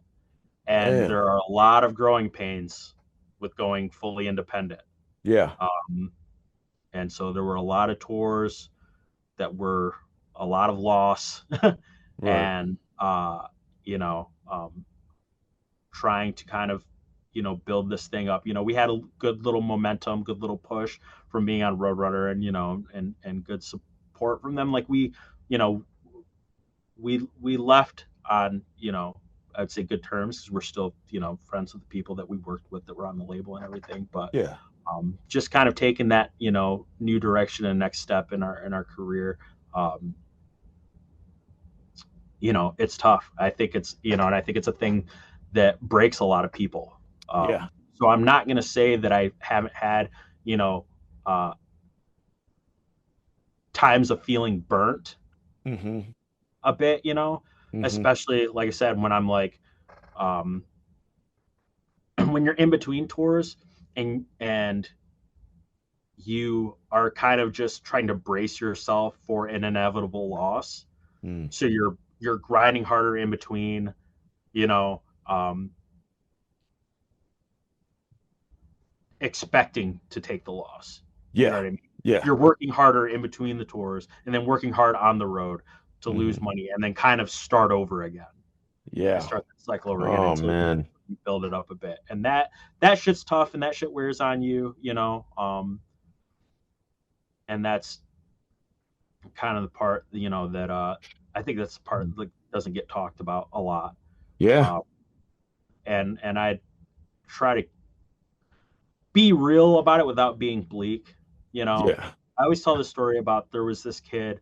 I was at the end of a Europe tour, and I was tired, and it was just a rough one of those rough ones. You know how it is, like Yeah. travel shit's fucked or whatever. You're not getting any sleep. You Yeah. know, the road's fucking hard, Oh, man. It just is what it it is. And it is. and this young kid, 15, 16-year-old or whatever, I'm talking to him at the merch, and he says, man, it's got to just be awesome, right? Just living the dream. And at this is like last day of the tour, and I'm just shot, dude. I'm just like, I'm the Grinch, dude. I'm just like, Oh. I want to go home. I fucking, you know what I mean? Like, fuck this shit, whatever. But I don't tell him this. I'm like, Right. as I think about it in my head for like, 5 seconds, I stop and think, like, what, what, what do I do, like, by telling him this? You know what I mean? Like, what purpose does this serve to, like, tell this kid, nah, this shit's hell, like, just completely shit on this kid's dreams. You know what I mean? Because think Yeah. about where I was at that kid's age. Yeah. I was watching the fucking Disaster Pieces DVD saying, this is what I want to do. Yeah. And who knows if this kid grows up one day to do something far beyond anything I ever do with music. Like, Mm. I it would be a huge disservice to just shit on his dreams because I'm having a bad moment. Yeah. You know what I mean? Yeah. Like, so for all the times that I, like, keep it, maybe a little too real about the, downsides of being on the road and this and that, because I Mhm. don't glamorize it, dude. Fucking Yeah. touring and sleeping in a van every night and all this shit, dude. It's It's, hard, man. back hurts, and you're just like, you're tired, and then you get sick on the road, and you can't Yeah. get medicine, Oh man. can't get any rest, and you just hope that you recuperate when you get home, and you're Oh, losing money, and it's just, you know what I mean? It's just a list of shit. But at the end of yeah. the day, I'll take all those complaints and just Yeah. fucking shove it, because I don't want to do anything else. Yeah. There's nothing, because there's no better feeling than going up on that stage every night. And Mhm. there's no better feeling than somebody coming up to me and telling me what a difference something I'm doing has made in their life. You know Yeah. what I mean? Uh, Feeling like I actually am making a positive difference in the world and in someone's life just through doing what I love. It's Um, there's nothing else I'm going to do, I think, for me personally, that's yeah. going to give me that same feeling. Yeah. So in that moment, I'm gonna fucking suck it up, and I'm gonna tell him, yeah, man, it's fucking awesome. Yeah. Because at Yeah. the end of the day, it is, and I wouldn't trade it for anything. There you go. There you go. Man, can we geek out for a second?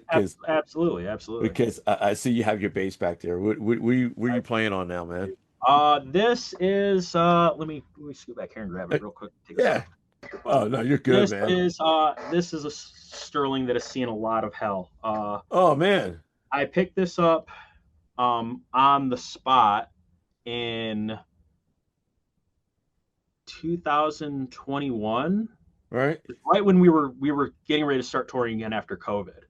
Right. And I had two LTDs. If you remember I still have one, but Okay. Okay. the natural finish LTD, I had two that were identical. And I had them back on that Mayhem run. Yeah. And that was the bass that everybody saw. It was the only bass I used for the Yeah. longest time. When we did the Dukes video, Oh. we just decided we were gonna destroy everything in that room for that video. So I destroyed one of those bases, and that base no longer exists. So it's for real. It's Yeah, done. that thing's gone. I still have the other one though. So I still have one that I play from time to time. I actually just used it on this last record that we just did. Yeah. But I had to pick something up on the spot, because we were getting ready to leave for tour, and I went, oh shit, we destroyed one of the bases. I only have one bass now, one functioning bass. I have my first bass. Yeah. I have my first bass, which is actually over here. I can grab this too in a Sure. second. But Yeah. it needs some electronic work, so I can't use it live for anything. Right. So I just picked this up at a Guitar Center, on the spot, and was just I need something as a backup. Yeah. And it was just a backup until I kind of played it and fucked with it and got it to where I like it, and now it's actually my main. Really?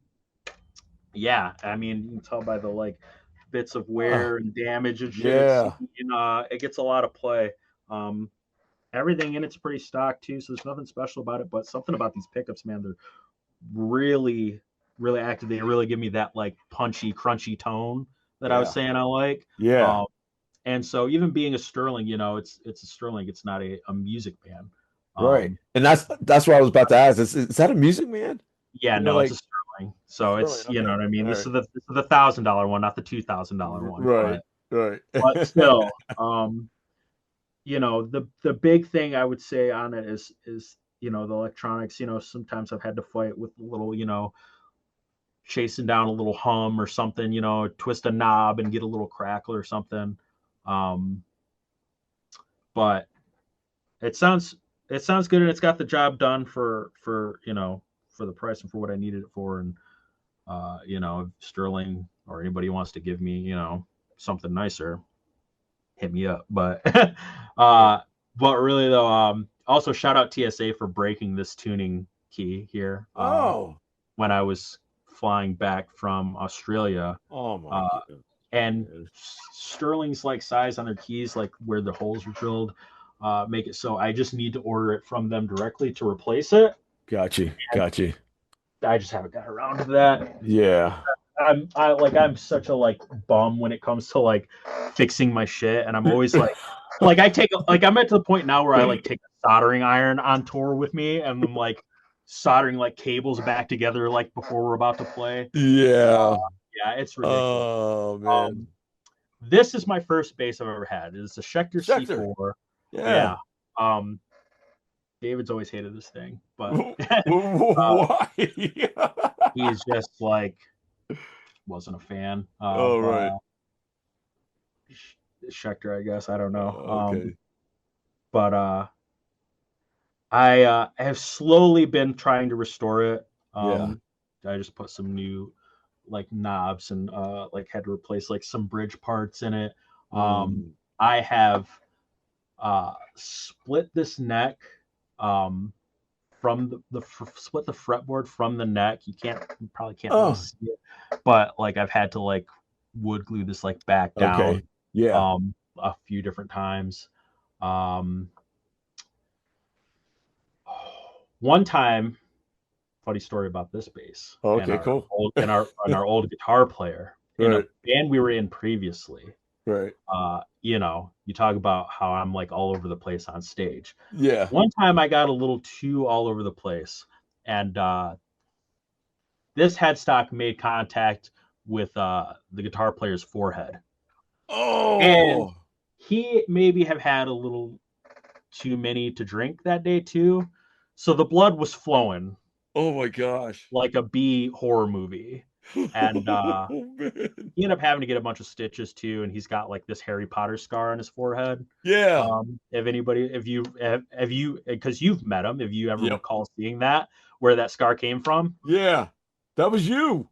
That was unfortunately me. I felt real bad about that, honestly. Oh but, man. You know, it's a funny story now, but right.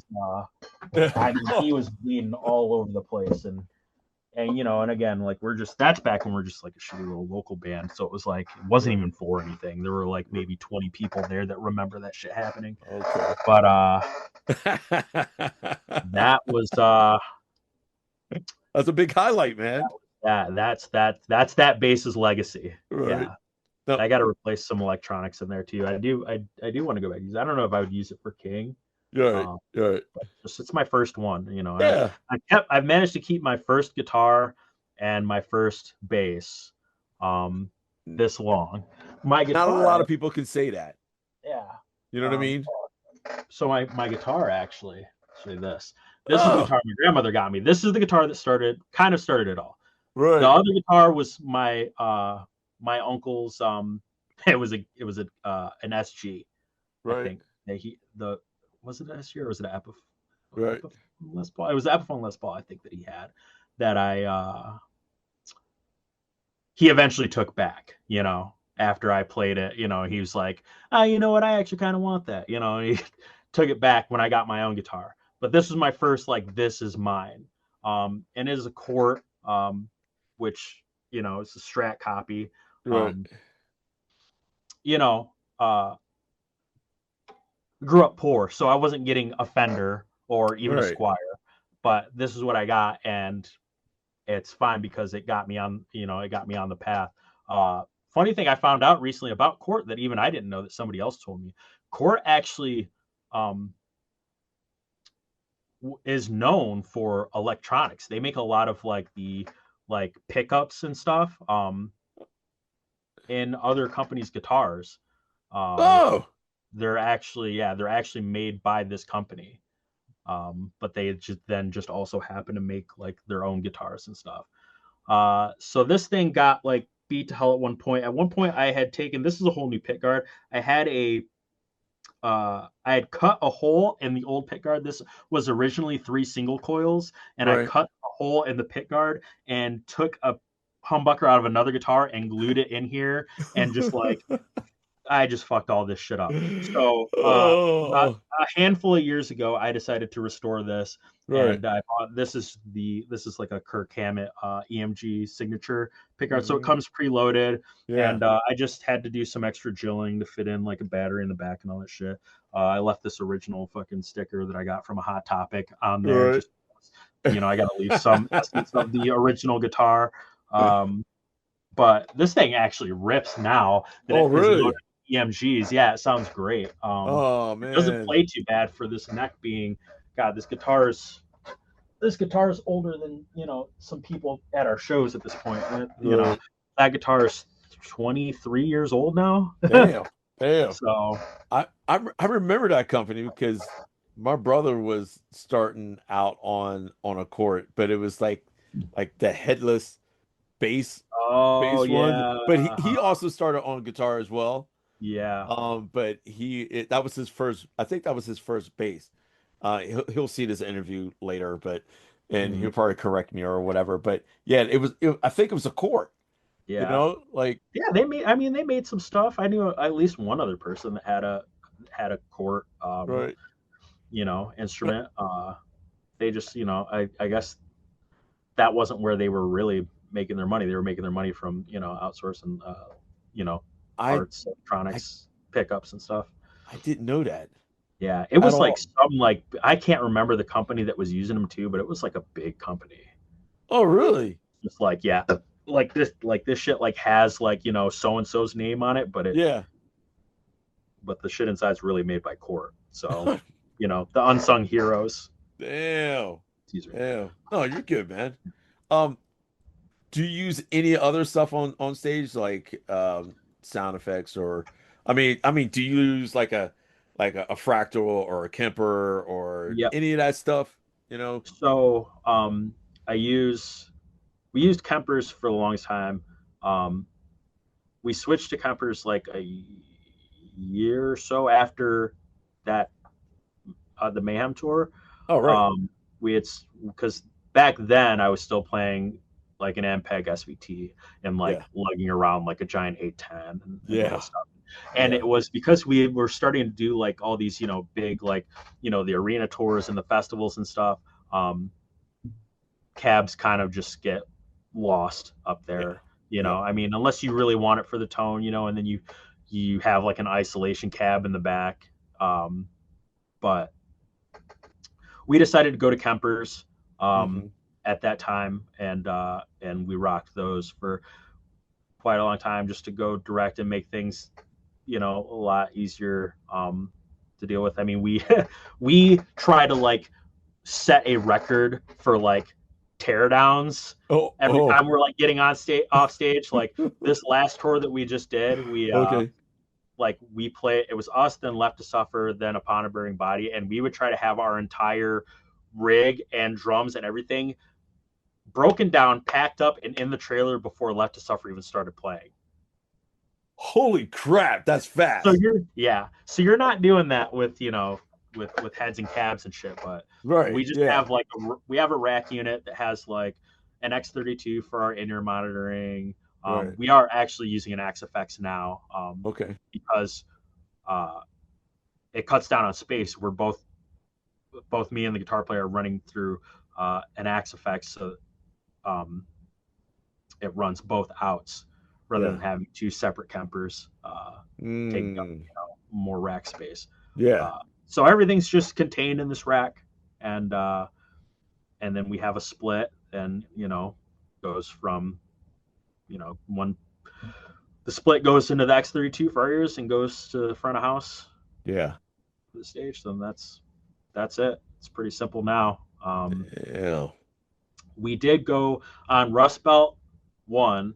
Right. We did go back to um, using cabs for some of the stuff, Okay. Okay.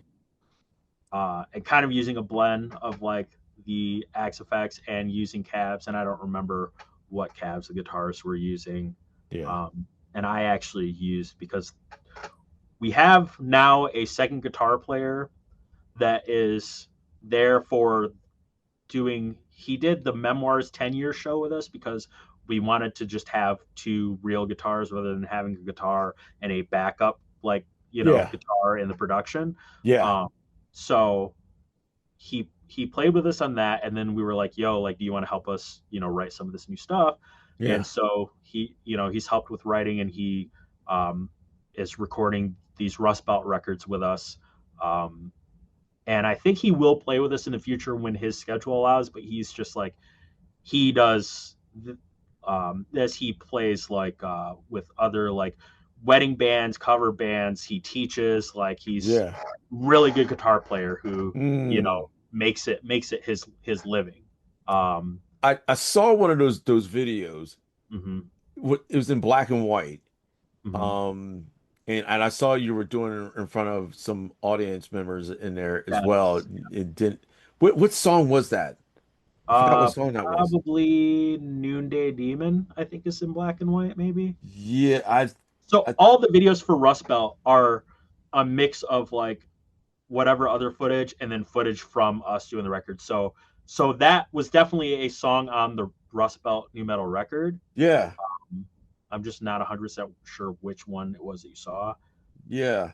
I'm Probably trying. Noonday Demon. I think that one was black and white. Okay, yeah, Noonday. Yeah, That was Noonday it. Demon. It Yeah. could have been that, but I'm saying like it could have been. It might have been any of those videos because all the videos for the Rust Belt songs that we put out have footage from the studio recording. Or was it Headshot? It could have been Headshot too. I was saying all of those Sorry. videos have the footage. Yeah, no, it's fine, it's fine. It does get a little confusing, you know what I mean? It's like again, Right. like I was saying earlier, like we're just putting out so much content this year. That's great, It's man. easy to get lost in the sauce. I kind of brought this up the other day. I was like, are people even able to keep up with what we're doing? Because like I think I know me personally, when I have like a band that I like, Yeah. I don't I don't if they're like a smaller band that's not getting like a bunch of like, like I'm not gonna hear about them if they're dropping something new. Hmm. I'm also not checking every month to see if they dropped something new. You know what I mean? Like Right. I check back, like I'll listen to them, and then like a couple years go by, and I'm like, oh, I wonder what that band's doing, and then I see, oh, they dropped a new record or whatever. Yeah. Um, Yeah. so I think for a band like us, obviously, like the diehard fans are checking and they're keeping up and they know everything we're doing. But I think Hmm. for like the casual King fan or something like, I worry that like maybe you don't realize just how much we're doing, Yeah. or you look and see that we put something out and then like maybe you are glancing through YouTube or something again and you think like oh you already saw this or whatever, but Hmm. no, actually well wait, there's more. Right. You think you heard Rust Belt new metal, you think Right. Yeah. Rust Belt new metal, I, but not the one right. Because I remember I downloaded, you know, new metal album and then you guys put out that single.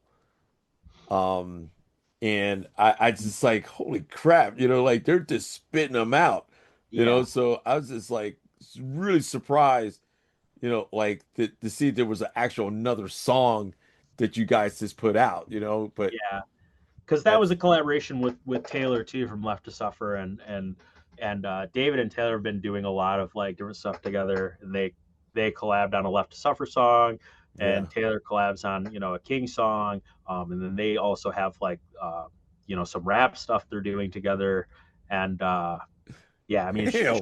shout out my boy Taylor Barber. I mean that dude just gets his hand in everything and is doing so many Wow. different things. Okay. But us too, we're we had we had that song and it was kind of like in the pool of stuff to do for Rust Belt new metal, Yeah. um but we kind of just wanted to leave it off as a separate thing to make it kind of special with being having the feature, the collaboration with Taylor too. Yeah. And like I said, like it just kind of it's it is King does deathcore. You know what I mean? Yeah. Like Yeah. that kind of vibe.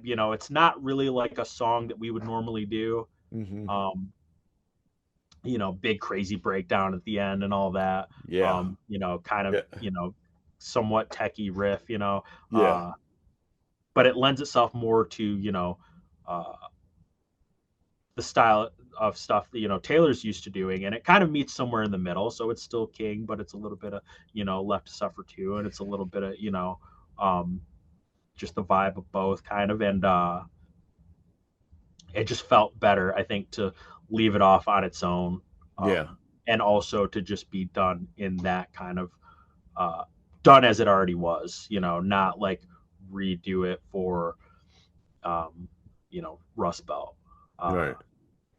But also like we kind of want to put something else out in between. So that's like the kind of idea, like we have like X amount of songs for this next record, but one of those songs will be a special like single that doesn't exist on the record and just exists on as its own thing.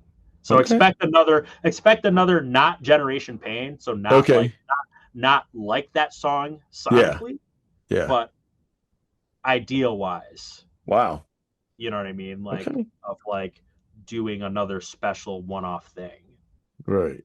In between. But yeah, it's a lot to keep up with. I feel like we needed to release like a roadmap, like a roadmap graphic for the year of like a timeline to show people like this is coming out and then this is, you know what I mean, what to like, so when all this shit's dropping, because like right now, dude, it's like we're just dropping shit every week. Right. It's pretty sick though. I just love, the music that you guys are putting out, but man, man, shout out to you guys, man. I just keep them busy like that. That's hard, like in being in a band, you know what I mean? It's just to keep on going like that, man. Just keep going, y'all. I mean, damn. So, what was one crazy story about King that you guys done on the road? I got a really old one that nobody knows that like this is so funny to say. It's probably gonna hate that I said this. So David and I are the original members, the last original members of the band, right? Co-founders of the band. I have played every single King show that has ever happened. David has not. What? There's one show in like 2009, well before anybody knew who we were. Okay. And we were on some little shitty tour, wasn't doing anything, whatever, but we thought we were doing something out on the road. And we're playing in Chicago, and a friend comes out to that show. And so David was riding back to Michigan because we were playing in Grand Rapids the next day. So riding back with that friend. The rest of us take the van. We're riding separate. Okay. Mind you, this is 2009, so this is before everybody's got an iPhone in their pocket and just like Apple Maps or Google Maps or whatever. Okay. Somehow this dude ends up on the wrong highway and they end up in Wisconsin. And the rest of us are in Grand Rapids, Michigan, like not anywhere close. The day of the show. Oh my God. So thank God this is the only time this has ever happened. But I ended up doing vocals for the show. Oh, come on. Rather than just doing like, it was either that or do an instrumental set. And I mean, right. Even back then, again, mind you, this is back when, I was saying we were like a different band then. We were, doing metalcore or whatever you wanted to call it then. Yeah. But like, still, we weren't an instrumental band. Yeah. You know what I mean?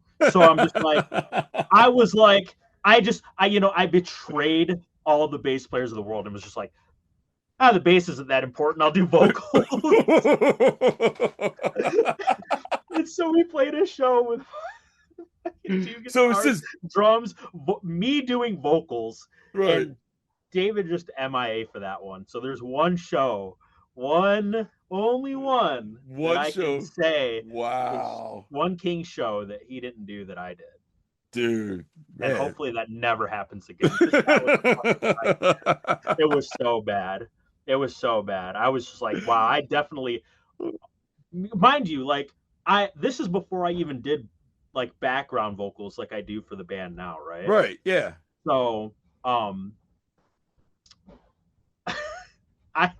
I had no idea what I was getting myself into. You know what I mean? I'm not a vocalist. Right, I right, don't right, know right. how much breath control it takes or how winded you get up there because I'm up there still trying to like rock out and shit.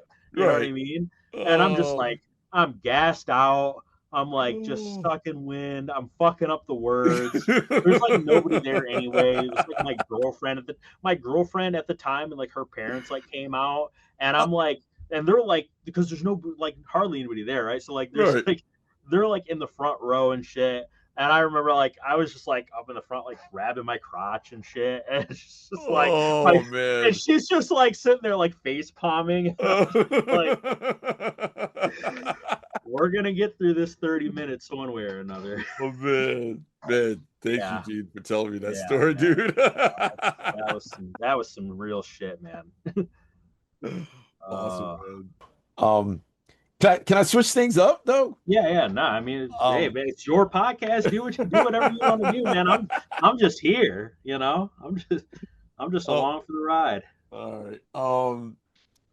I'm just gonna ask, like, is there anything that you would like to ask me, um, that you had in mind? I I don't know. mean, So, there's plenty of stuff I'd love to ask you. I mean, obviously, like I have your number, and I just hit you up and r- ask you whenever I want. But like, right. but I mean, there's plenty of stuff I love to ask you. I mean, All right. you are in one of my favorite bands of all time. And Oh, that's like dude, thank you. honestly, another. I don't I don't talk about it enough, and it certainly doesn't get talked about enough. Yeah. How influential Body Count really is, Oh because man. we're talking 1992. We're before nobody was really doing rap and metal together like that. Yeah. Besides like Public Enemy and Anthrax doing Bring the Noise. True. You know what I mean? Yeah. Like with this like full time marriage of the two, and it wasn't. And the thing that like it's not even really Ice isn't really rapping, you know what I mean? Like he's rocking like on this shit. Like it was like the Yeah. thing was like, you expect like, oh, Ice T and Ice T's got a metal band, it's gonna be, it was obviously laying the forefront for like um for new metal down the line, I think. Right. Uh, you Right. know, bringing the two genres together. But I mean it is straight up rock, Yeah. metal. And that first record, man, just Mm. like and there goes the neighborhood Yeah. is is like again like for me being black and in metal is such an important song, Oh yeah. such a fucking important song. And Yeah. that's like anytime I hear that shit, like I'm ready to just fuck shit up like Right. and getting to see that getting to watch you guys play for I was in that pit every day on Mayhem Fest. Every day. I used to see me out there, he'd be like, oh shit, King 810's in the pit. Hope they ain't got a gun in the pit. Like Right. you know what I mean? Like and so Oh. yeah, man, like there's tons of stuff, you know what I mean? Like I could, pick your brain and fan out about you and Body Count. Yeah. One thing I will ask, Okay. because this is kind of a like musician to musician question. Yeah. We talked earlier about like the in betweens Oh and my the gosh. downtime. And do you ever feel like you need a break or taking a break or stepping away or whatever? I can imagine that you have a lot of downtime with Ice doing all that he does. Hmm. You know what I mean? Because he's in Body Count, but he's also a rapper, but he's also an actor, and he's also Yeah. a father and husband and family man. So I mean that I'm sure his plate is beyond full. Yeah. Um, and as far as I know, Body Count is your only gig. Like your Body Count is your band, and that's that. No That side projects or anything, as far as I I'm aware. I actually do. Oh, Um, I have an older band before I decided to move out to California. Hmm. named Laughing Colors out in Maryland. That's where I'm Okay. originally from. And I play with that band like twice a year, maybe. Okay. And it's just straight up rock. It's just Hmm. rock music. And I've always been that kid. Well, me and my brother always been those kids, that listen to rock music and being in predominantly white neighborhood. Hmm. Um, and we just started liking rock music and um but yeah, I also, have a family Hmm. as well of three and my wife and having downtime. I do have some downtime, but I'm mostly still on the road. Okay. Which I'm a drum tech. Yeah. Okay. So Okay. I've been the last 3 years I've been with drum teching for Adele Okay. for Wow. for the last 3 years. Wow. Okay. Yeah. So I've been just being the tech, and a lot of people don't know that, yeah, I play drums for Ice-T or whatever. Or Yeah. that I'm in body count at all. Right. It's such a small world, like, right? Yeah. Like the music industry, especially like teching and stuff. I Yeah. feel like it's such a small world. It Tech, it tech, merch, just crew, whatever. Like yeah. you never know who's working, for who. I know a guy who works for Slipknot and works for Nick Jonas. Oh You know really? what I Oh mean? right, Like, yeah. you know what I mean? Right, yeah. It's just like these guys are all, guys that have done sound for us. Yeah. And one guy's done sound for us, and now he does Everclear. Uh, Like, it's just you never know who's working for who back there. You know what I mean? yeah. Like, and you never know where where these gigs will land you, especially if you make yourself available to stuff like that. Um, Yeah. I think that kind of leads me into the question, the bigger question that I wanted to ask you is, with body count kind of being uh, only available, I guess when I'd imagine when ice is available or Yeah. when his schedule allows. Do you find yourself um, wanting to do more on the opposite side of rather than like taking a break? Do you find yourself like wanting to do more than you are currently? Um, because I've kind of had like obviously like some extended downtime periods where I've just been like, I could go, fill in for a band or whatever, Mhm. kind of scratch that itch. But like I King has always been like first and foremost above all. Like I remember, I mean, friends asked me back in 2014, right after the Mayhem tour, a Yeah. friend on that tour asked me to fill in, for his band, later in that year. And I was just like, I don't know, man. Like we might do something, but I Right. don't know what's going on, but I need to leave myself available for that. And that's just where I'm at with it. So I'm curious, if you feel like you want to do more, or if you're like, my what I have on my plate is enough, or if you feel like I don't want to detract my focus Uh, away from the main thing. that's a yes and a no. Mm-hmm. Mostly, yes, body count does for me comes first. Mm-hmm. And like because I feel honored that just being Ice-T's drummer Mm-hmm. is a huge thing on me. Even if I had to go do some tech, when I was teching and I had to do shows myself, Mm-hmm. I would get somebody to cover me that was equal to what my caliber of drum teching is. I didn't want to leave my guys with some guy that doesn't know anything about drums or whatever. So I would get somebody to cover me.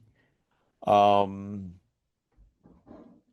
but I mean, there is some things, sometimes, and to answer that other question of wanting to do more, always, Mhm. always Mhm. want to do more. And matter of fact, I mean, me and Juan get into long conversations, like, man, I wish we could do more. I wish we Mhm. could do more, but we can't, because it's all dependent on ICE's schedule. Mhm. And we would love to do more. Of course, we would love to do more.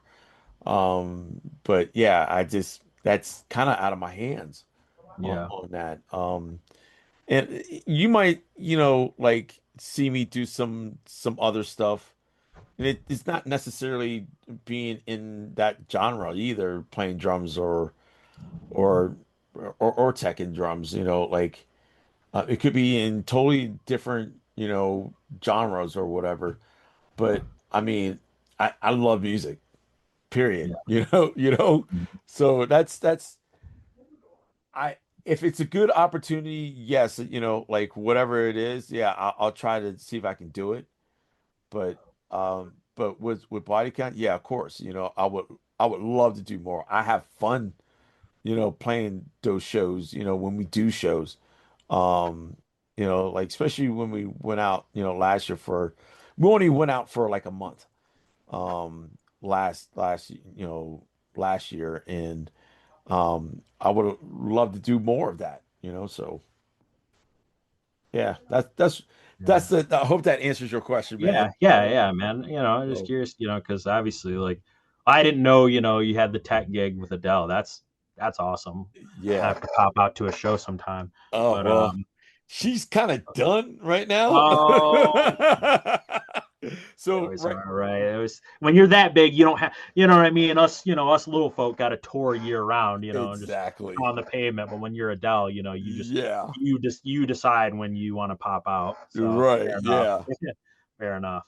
So Um, But I yeah, I mean, I would love to see body count again. I mean, it's been far too long, and I'm always just like, or it's like, who you want to tour with? I'm like, dude, please let me get like another body count tour. But it's just like, oh again, it's just like, how often, do you guys tour? It's like it's difficult to make any of that line up. oh my, Um, but that's really really hard. yeah, yeah, Because like our bass player Vince, he's hmm also a guitar tech, and he's out with Manson right now. yeah. Oh man, Oh yeah. yeah. Jeez. So he's busy. So like two of us are are techs. Hmm. Other guys, have jobs or whatever, Yeah, but still, like, yeah, of course, yeah. I'm sure we would love to play more if it makes sense. yeah, Um, yeah. but yeah, that's just us. If the opportunity was like, man, I wish there was more shows that because later on this year, I think in a couple of months, we're doing some stuff with Lamb of God, Oh, and nice. finally, doing some stuff with them. But I think it's only like maybe a couple shows. Hmm. But yeah, I don't know. So like I said, it's all dependent on ICE's schedule. Yeah, Yeah, fair enough. yeah, man. But dude, man, I want to say thank you for coming up on this show, man. And Oh, dude, you don't it, have to thank me. It's been a I pleasure. Obviously, you hit me up anytime you want and just shoot the shit. But it's nice right. to be on a, I, I appreciate you bringing me on like a proper like format and bringing me on your show.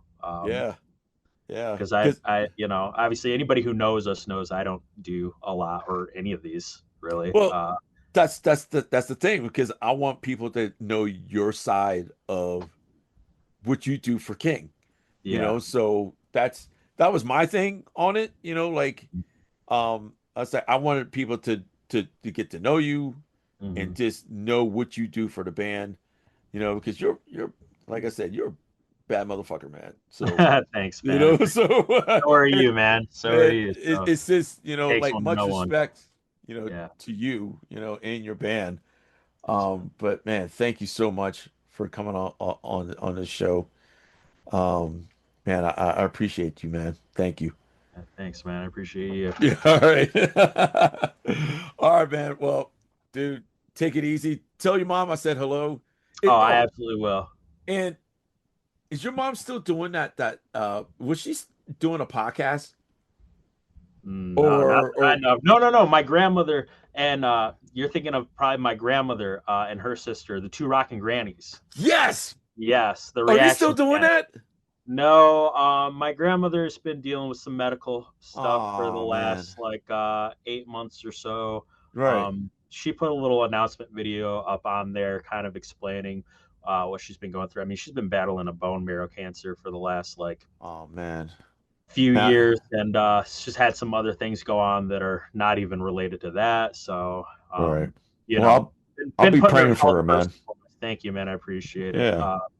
She's still, she's doing all right, but she's in a rehab center trying to, get things right, and we're just taking it one day and one step at a time while we can.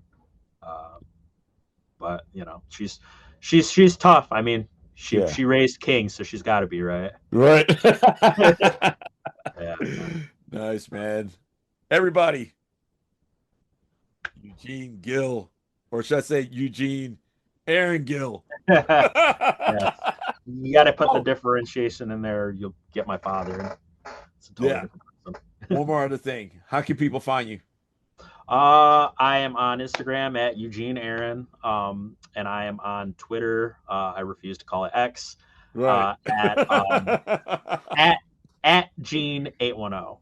Awesome. Or sorry, Gene810. Don't put an O there. I know we always say that, like when we're saying like 810, people always ask like, is it 810? Is it 810? Is it 810? It's like, Right. well, when you're talking about area codes, you always say 810, just like you say 303 or whatever. Exactly. But it is an 81 numerical 0. Gene Right. 810. Dude. That's it. And also, obviously, follow the band, King 810, Yeah. King 810 Flint on Instagram, YouTube, all that, so Dude. That's all awesome, that man. stuff. Thank you again, Eugene. Hey, man. Take it easy. All right. Thank you, Yeah, dude. man. Thank you. Eugene Gill. Appreciate Later. it. See ya.